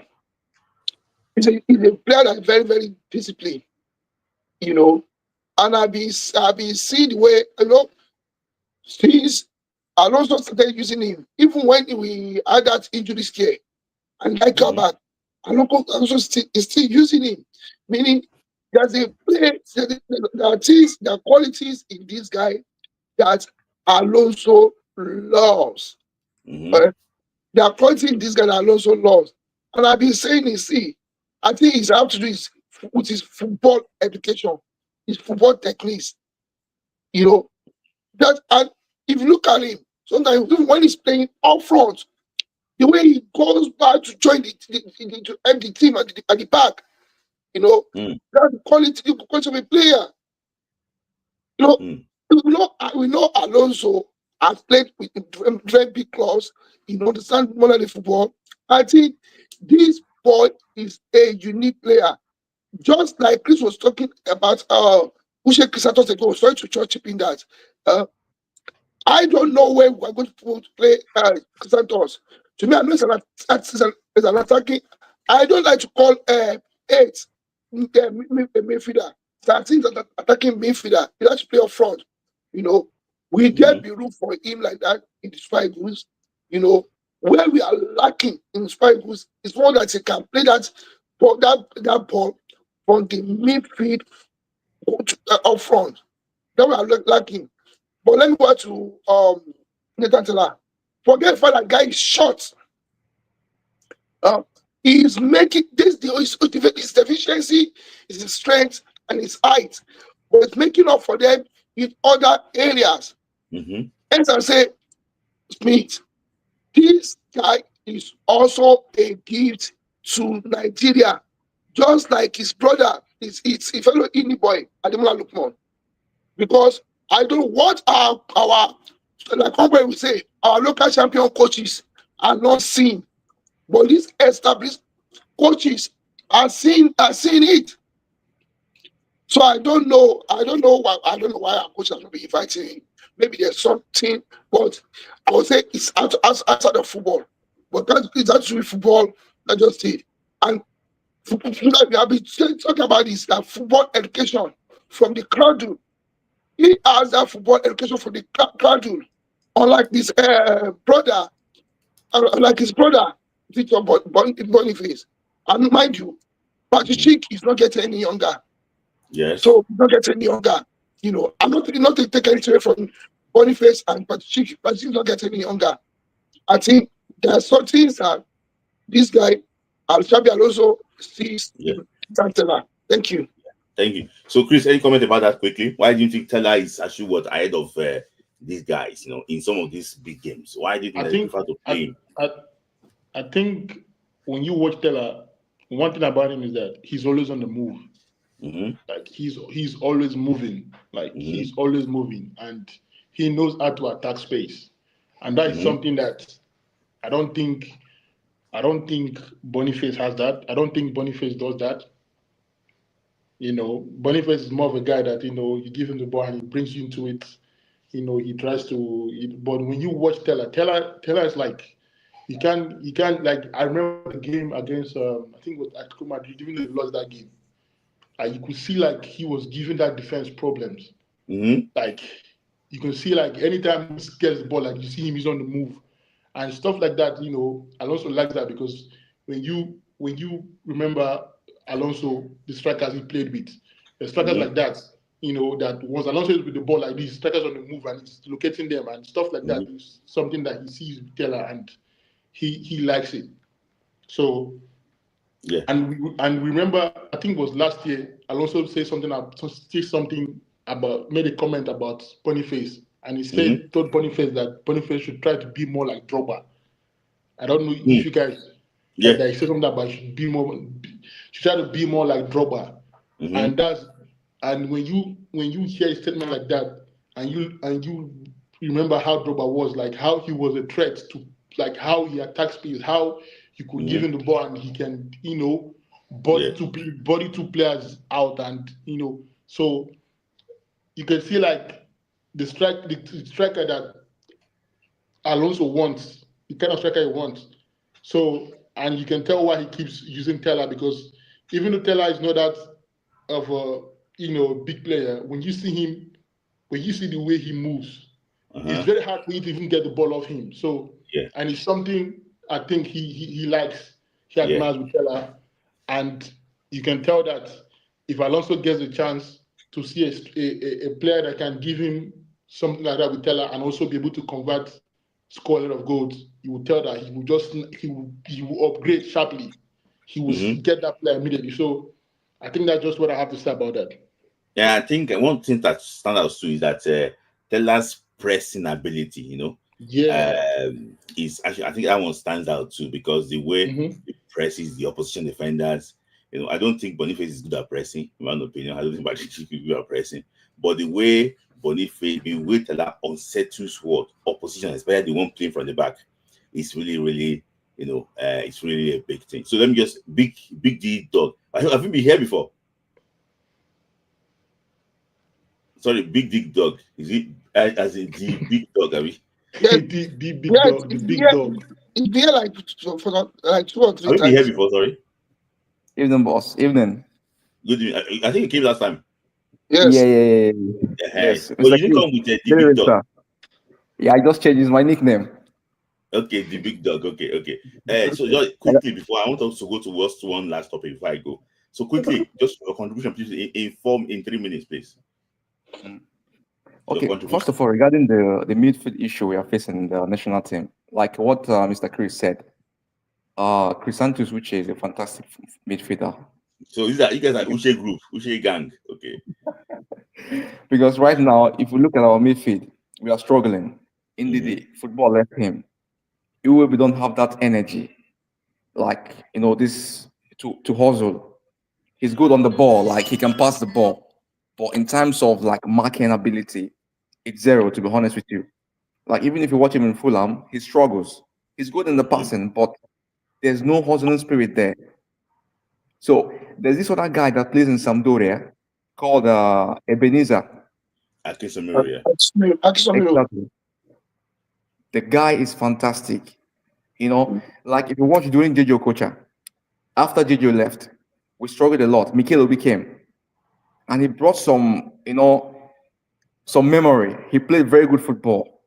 But after Mikel left, we lost that midfield. Then if you look at the Onaze and Mikel's pairing, it was fantastic for some years. Yeah. For like I think 5 years, both of them was fantastic. But this is the same midfield as in demo we need now in the national team. Indeed, honestly, he lost the football left him. He will be. If you're playing a team like Rwanda, you need guys that are very tall and energetic. So we need players like Uche, Rafael Onyedika, and Chrisantus Uche in the midfield. And maybe in the second half, then Ebenezer Casemiro can come in. Yeah. So to be honest with you, Casemiro have not played first league football, honestly. And I think that he still have a lot of things that he wants to learn. But before I go, see this guy, I hate to comment on this issue because I have been following this boy's problem. I just comment on it. I don't want to comment on it. That's Hello, Taiwo Pade. Which AC Milan? No, is it the AC Milan I support? See, I will tell him his teammates in that U team, Shakachare of Africa, of Korova. Last season, he played a couple of matches for Milan. I haven't scored. Kevin Seroli is half Italian, half Nigerian. I'm Nigerian because his mom is Nigerian. He's in the senior team. Francesco Camanda is just 16 years old. He has been playing a couple of matches for the senior team. A lot of players like that. But it's like a lot of players like that. See, I'm telling you, Elechu, I'm not against him, has only played like 15 minutes for Milan, and that was in pre-season. And been Milan for like 3 more years now. So why are you saying? You see, there's one like Team B. It's under 20. It's under 21. How many matches has he played? I thought that he was injured. I thought that he was on the bench. So if you are not saying he's bossing in Milan, so that stop that. Okay, stop that. Stop saying that, Taiwo. You're my person. Stop saying that, Taiwo. I don't know if you're trying to convert for him, but no, it should not be in financial buying goods. We are not talking about Agisomiro. Agisomiro start playing first team football. Because it's CRB. You start playing first team football. If Elechu can move to CRB and play first team football, I don't have a problem like that. But see, it's not Elechu. Hello, please. Let's not talk about it again for now. Thank you. All right, thank you. So, guys, you know, I have to actually say that you know, it's been very good. You know, it's Chris, thank you for that insight about that Lookman's matter. You broke it down, you know, and we actually learned a lot from it. You know, we're talking about for today. I wanted to do with my sources and my prediction, everything together. I want to predict the 31-man list that Eric Chile submitted to the NFF's committee. But because of time, I did actually have the graphics for it, for all of them, and also the time to take you through that and my reason why I think so, and how I got the information, why this person is there, how this person is there. So for me, the countdown fully starts. Somebody said that Daniel Daga, please. I don't want to talk about. Because anybody that is a new player to Super Eagles, Nigeria will always want them to come and play for Super Eagles. New player to Nigeria, no. You must merit it. You must play well for Nigeria. You must play well for your club before you can actually come and play for Nigeria. That is actually what my take. So, you know, I monitored a program on Super Sports yesterday or so, and it was this guy was a guest, and they called him Boateng. It's not Prince Boateng, sorry. He was playing for Middlesbrough before. What's his name again? His first name. The guy was playing for Middlesbrough before. It's not Kevin Prince Boateng. The guy that was is it George Boateng? Sorry, it's George Boateng. So I monitored his interview. He said that how they stopped Nigeria from going to the World Cup. He said that when they were playing in the first half, the pressure was too much on Ghana. He said that Otto Addo and him just said, what you should do? Okay, they readjusted. Okay, please, let me bring it back. He said that okay, I just went back. He said that they readjusted the formation and changed to a 3 at the back. He said that the Nigerian manager did not know what he was lost. That's what he said. He said the Nigerian manager was lost. And that was how they tactically outcoached the Guavon and qualified Nigeria for the World Cup. Can you see? He said this, confessed it, that they outcoached a Guavon tactically. And we're talking about the Guavon here. Some of us think that our mouth is smelling. He said it by himself. Sorry to cut you short, Mr. Smith. if you watch our qualifiers against, I think Rwanda or so, Mhm. there's no tactics. Just pull over, pull over, pull over, pull over.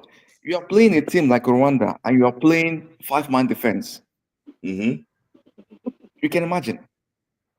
Hmm. And you know, like teams like Man City play 5-man defense, which is three at the back. They have the Uh-huh. legs. They have the Yes. legs. You don't Yes. have the legs. You don't have tactics. Yeah. See. That's what I said. Sometimes we have used this World Cup qualifier to do toothpick, and I'm saying it here. But I want to tell people here that believe that Nigeria will still qualify. When Nigeria was playing against South Africa, you know that the coach that was there just dusting bomb, say, hey, guys, go and do your thing. No tactics, nothing. And when we talk about this, it's not as if we are trying to go against these guys, but we can also see directly too that I still believe that Nigeria will qualify. That's why I'm going for a coach that at least he don't update himself small. A coach at least that can just change things around. A coach that could just know. Yes, Libya go dey cry now. I don't know what would have happened in Libya. Exactly. If you played in Benghazi. I said that we have been beaten. I don't know, maybe it was here. Chris, my brother remember. I said that Eguavon dodged the bullet. Yes. Yes. I said Eguavon dodged the bullet in that for that Libya game. So I just please. I said if we had played that match against Libya, we would have been defeated. Tell me, how many matches have we won away from home? People playing against minors. I'm sorry for using word minors. How many matches have we won away from home?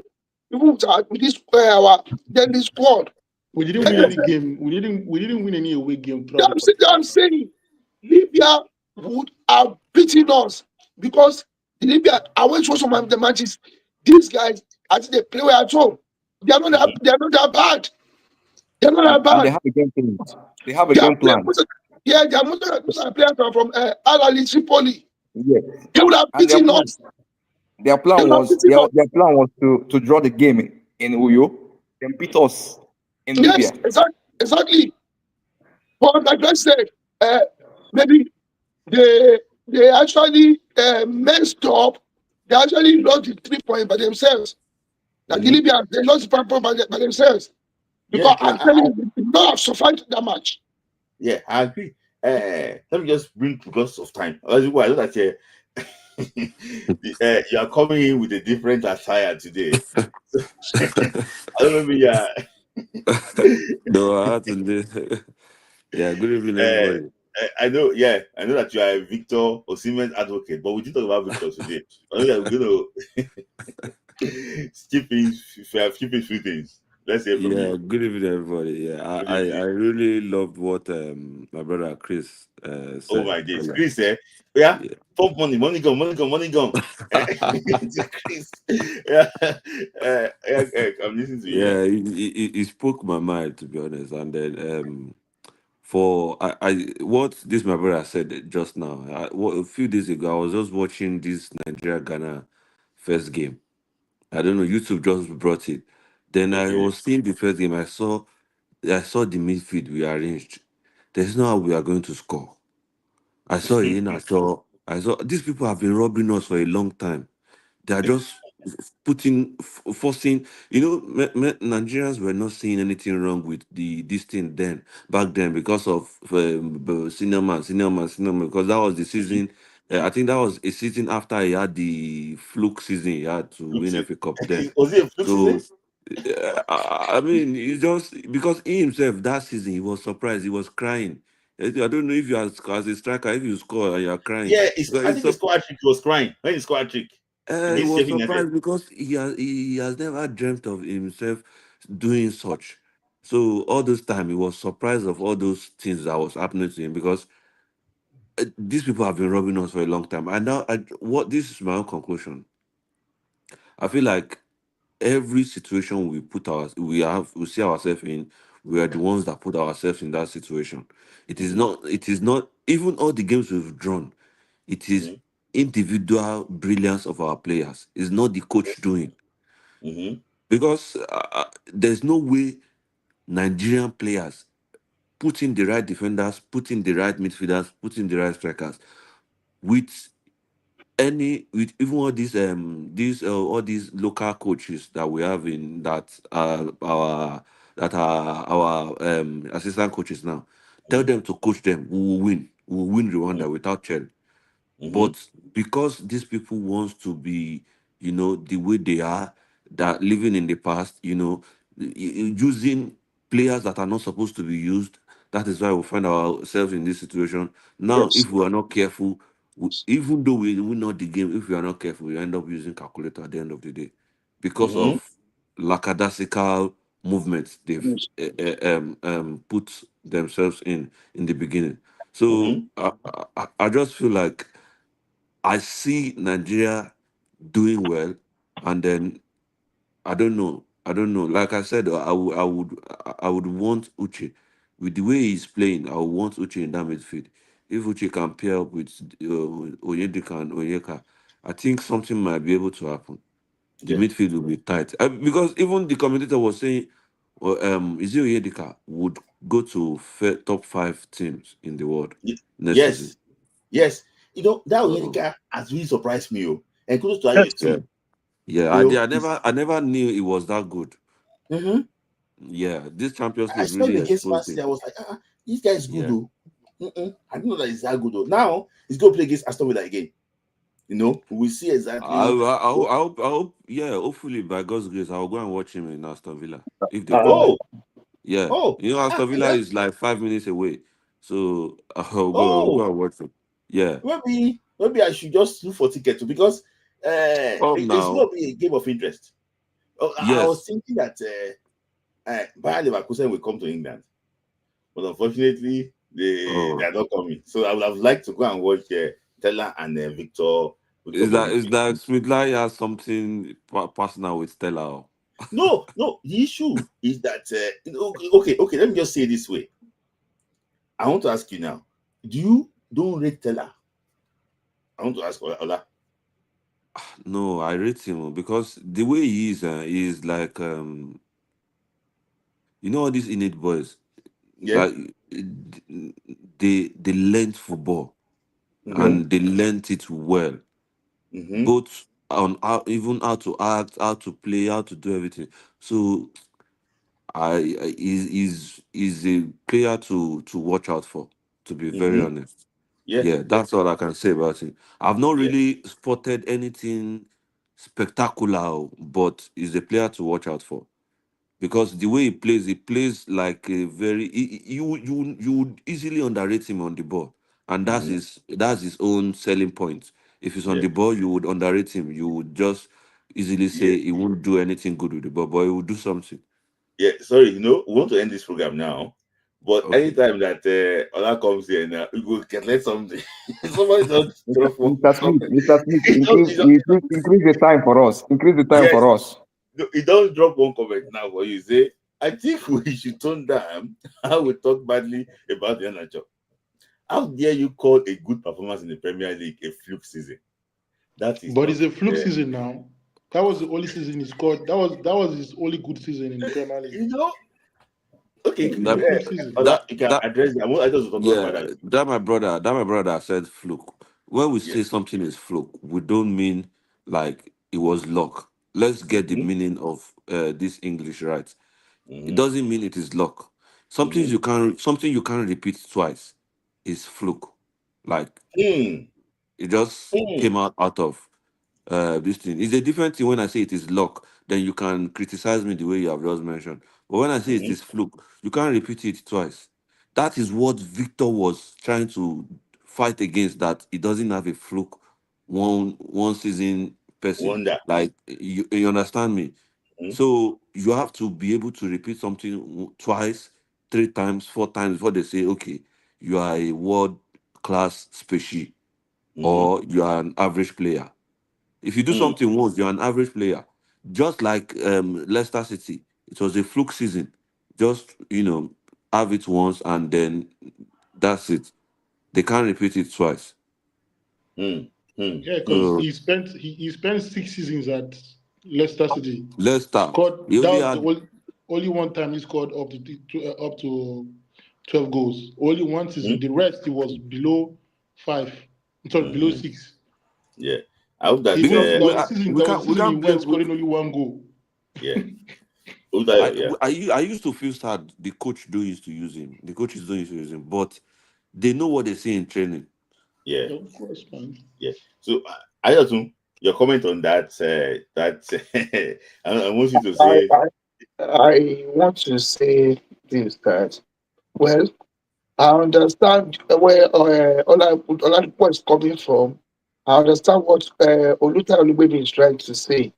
I will just tell it that way, even though he didn't believe that he could achieve it, that that didn't take away the fact that at the end that he was a good player. He was a good player per se. He was a good player per se. Just that he wasn't expecting himself to get that achievement that season, but he got it.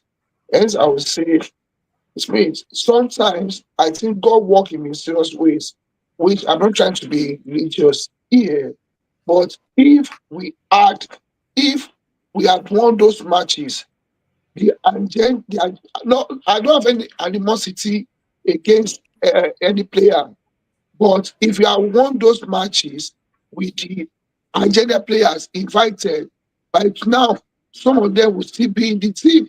Hmm, Not that the true. team wasn't good enough. And like Even with the coach. I've been saying, I said we didn't win the AFCON because there were two people there that feel we're not supposed to be there. And they would have taken all the glory. If you had won all those matches, there's some player like the one that's not even getting playing time. Maybe he's getting like 7 minutes in Division 3. Eh? So that's what we're talking about. That the one that moved from Ethiopia after 7 months to Tanzania, they were moving to lower leagues. They will not be able to see all this. Just say at least they are winning. Our style in Nigeria. At least they are winning. But I'll still stay. I'll say everything works out for good. But Yana Shaw, when he was he a good player? I'll say yes, he was a good player in his own right. But sometimes being a good player might not merit a call up to the national team. Thank you. I understand you, but the point at which Ola is coming from might look so harsh, but it's not. I don't think he's trying to run down Christian Shaw's ability. Thank yeah. you. So and just so because I've been getting messages too about me not saying that me I didn't rate a certain player and he won the player of the month for a Division 3 club in England. See, he didn't win the player in that league. He won the player of the month for his club. For his club. For his club side, though. Please let us get it right, though. And in that club side, in the last 5 games, they've only drawn 1, lost 4. So, and he's playing Division 3. So, please, I'm not doing praise and worship. I will tell you the way it is. That's why I cannot come here and rate. And a player too that I also was talking about. Let me just try and mention that player. It was signed from Tanzania. He could not even get game time playing for a relegation threatened Division 1, Division 3 club. And they're looking for a way now to offload him. So, sometimes when we just pick out all these things, it's not as if we have any personal agenda against all these guys, but we just need to let them know that national team is national team. Nobody is actually passer. In fact, this player I'm talking about does not even make the bench. At all. And this guy was the best player in Nigerian league. Nigerian League. So, as somebody said, let us go to this last comment quickly. Say Kelechi is 28 and he should be balling rather than going down the drain. I saw him today, another embarrassing display. You know, I Mr. just Smith, this is what I want to say now. He's just 28. Like what Ola was saying, if he was 32 or 33 or 34, we might say age. He played good football when he was young, but age. But right now, to be honest with you, Kelechi Iheanacho is gone. Football left him. He has nothing to offer the national team or the club side. I watched him tonight. The guy was just running around in the field. He couldn't even run. He was tired. He should go to Atlant. See, you see, even if he comes to Atlanta, they will outplay him. I think he needs vigorous training, vigorous, Ola, intense training. Mr. Ola, you know Yeah, what? boss. I always believe this stuff. Any team or any player that plays under Guardiola is a fantastic player. Guardiola don't sign scraps. But yeah, continue. But Sorry. being after playing under Guardiola for like 2 years, moving to Leicester, he didn't. I believe he didn't have up to 60 goals in his career in Leicester for 7 years. It's a bad one. And that's also another thing, though. No, It's a bad one. For 7 years, Vardy of 38 years is the one benching you. No, it's a red flag. Almost 40 years, maybe. Yeah, I don't know, but I'm like I just want to say we are not his father. So, so, but this guy, you know, I'm like you, has been very fantastic and actually was very convincing. You know, Chris, you know, the contribution, you know, the comedy and what you get from all that. I thought too. The big dog. When you came with the big dog, I was like, are you from South Africa? Well, maybe you so well. So, No. Thank you guys for actually joining. So, at the challenge list, we be available. I think the first week of March. Omwenri, we are already wrapping up. You are just joining. We are already wrapping. I'm just trying to give my final remark, but let me just still do it. So, Ola, thank you for joining. We hope that Victor Osimhen continue to perform well. Ola, we know how we understand now, so we understand them very well. Thank you for actually joining. All right, you also you understand too.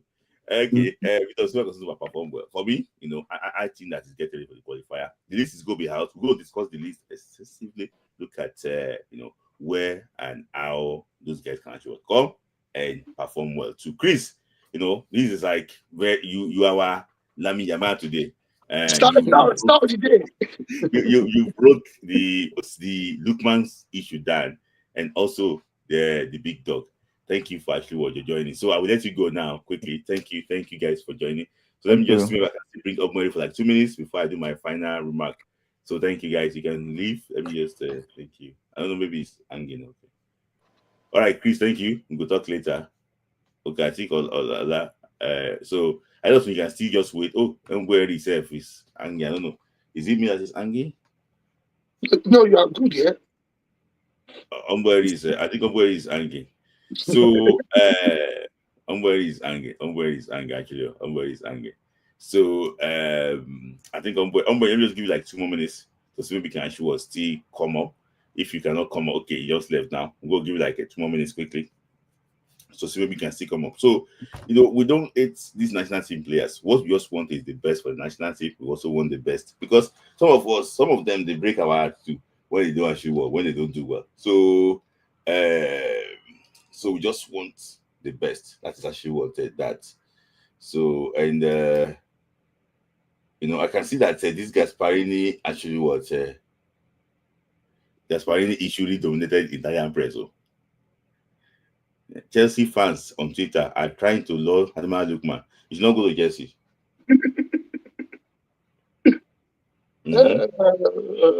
You know, Amas came on. Amas started a match for Singida. Amas started a match for Singida, and he got injured in the first half. So he made one fantastic save, which I wasn't surprised. I don't expect anything less from him when playing with the Royal Team of Tanzania. Apart from that, Osi Okejepa, that's in Simba, who's not regular. Imagine how could Nigerian players from Nigerian league go to Tanzania and be playing in their lower team? If you are that good, you play for either Yanga or Simba. So now they are all moving to one is Dodojima, Namungo. That's why our boys are playing. You know, and see, annoying. It's really annoying. Like I say, we don't have any animosity against these boys. You know, go and free yourself. If I thought you are going to go to any of these leagues, like Tanzania League, you must be able to be Yanga, Simba, or even if you know what, Azam, not Sikida, not all those teams. No, you play for clubs that play that will be for clubs that play every season in African the competition every season. Not going to sports. No, I also ask you a question, and the people I said I should ask you: do you think we regret? This guy not play for Nigeria. What's it called? Odisa Debe. Do you think we miss him? Okay, Umberi is back. Umberi, I hope that United is going to be good. Or but I don't think Ali means. Is he okay with you? Is he Umberi? Can you hear me? I can hear you. Can you hear me? We're just waiting for you to come. We'll wrap it up. So just dive in straight away. Umberi. You know, number one, let me start with Chukwueze.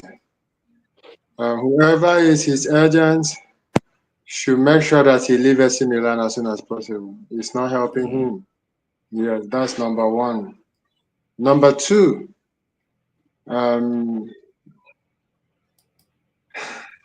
this issue of age cheating is not helping Nigeria.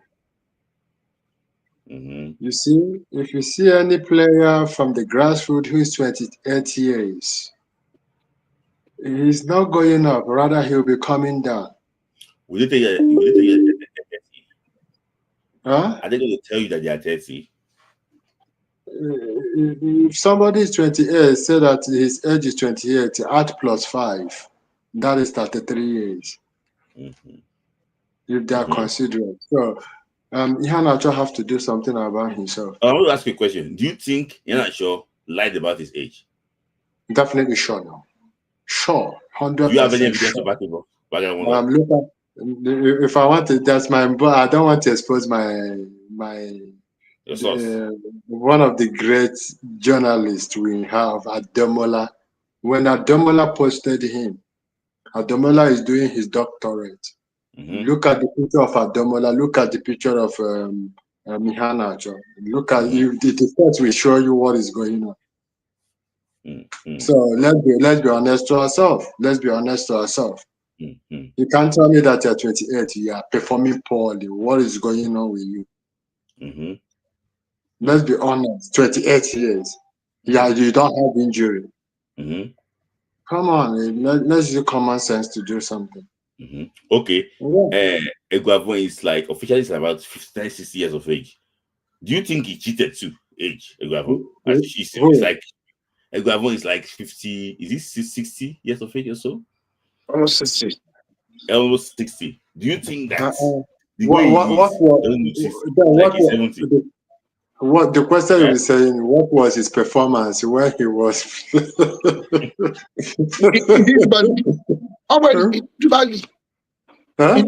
didn't do badly when he was playing. But okay, at the age of 28 years, what was it? Remember that's the way football was then. 59. He's 59 when he was 28 years, what was his performance? When he was, that's the question you have to be asking. Yeah, check when he was 28 years. What was his performance? In all honesty, his best performance, his best club career came between 1986 and 1990. That was when he was in Genk in Belgium. Yes. He was the first Nigerian player to play for Genk. Gent. It was in Gent. Yeah. So when we are talking about Iheanacho, it's because we like him. We know that he's one of our best. All of a sudden, 28 years, our best 28. Then you're supposed to know Iheanacho. Man City was dragging him. Chelsea was dragging him. Now somebody is going down at the age of 28. We need to ask questions. He himself will be asking himself what is going on. Mm-hmm. Yeah, How if yeah, what is going on? Let's be honest. Check people who is 28 years abroad. Yeah. Check how they are doing. Mm-hmm.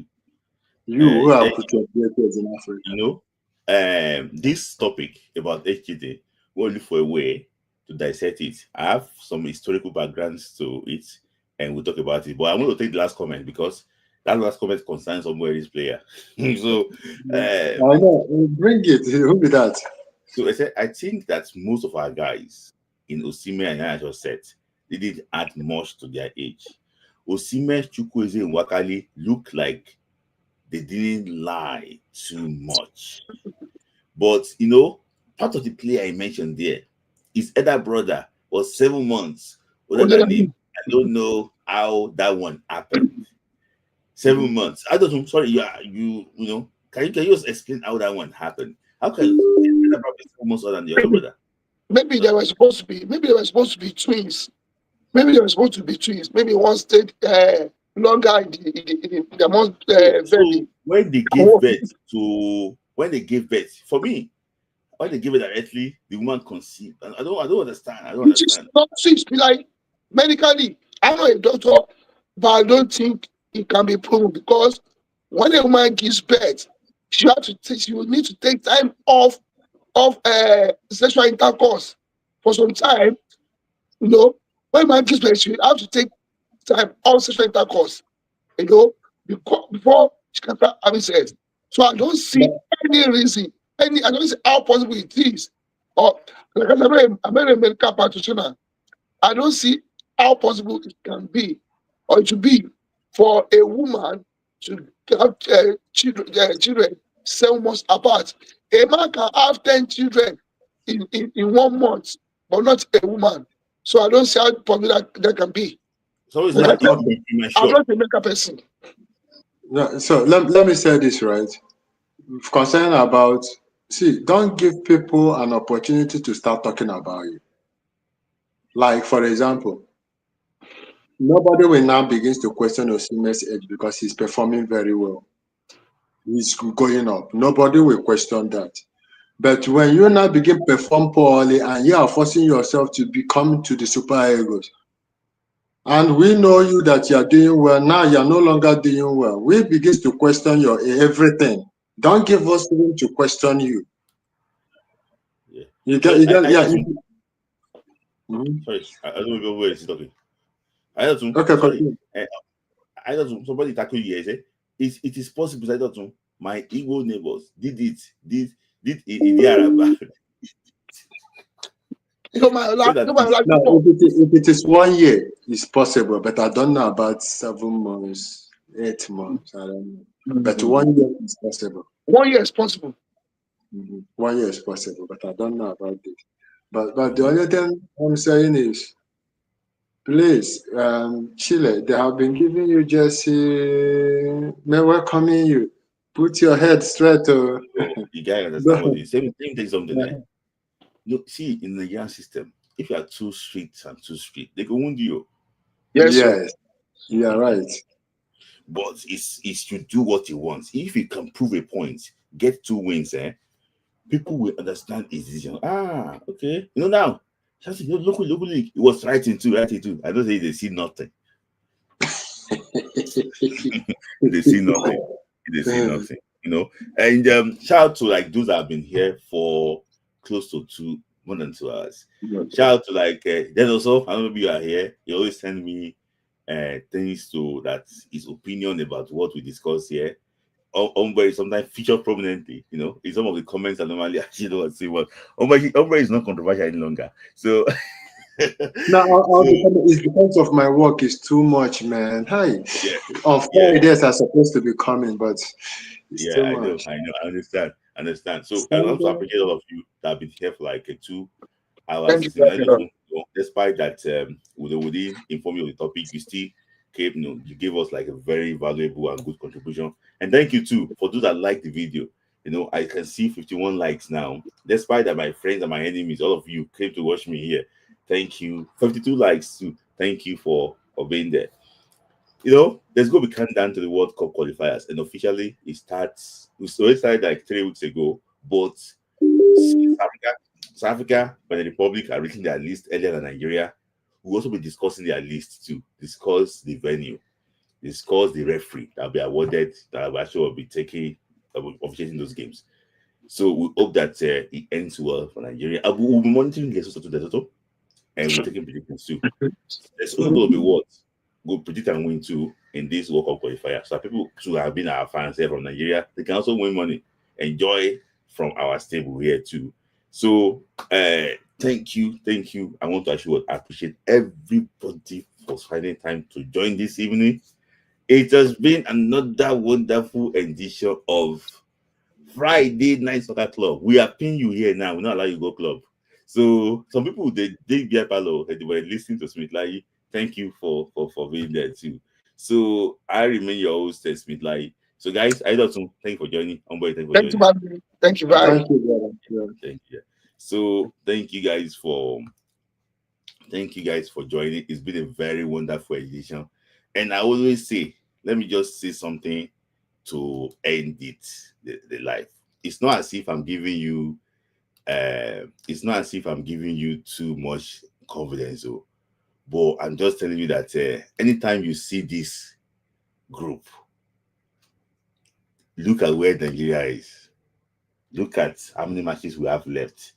Look at how we progress to the World Cup. For Nigeria will always rise. Nigeria will always shine. The blood is green.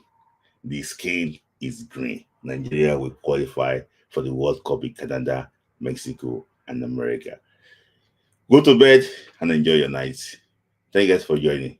I will see you again next Friday. I remain your host, Smith Lai. Kasha.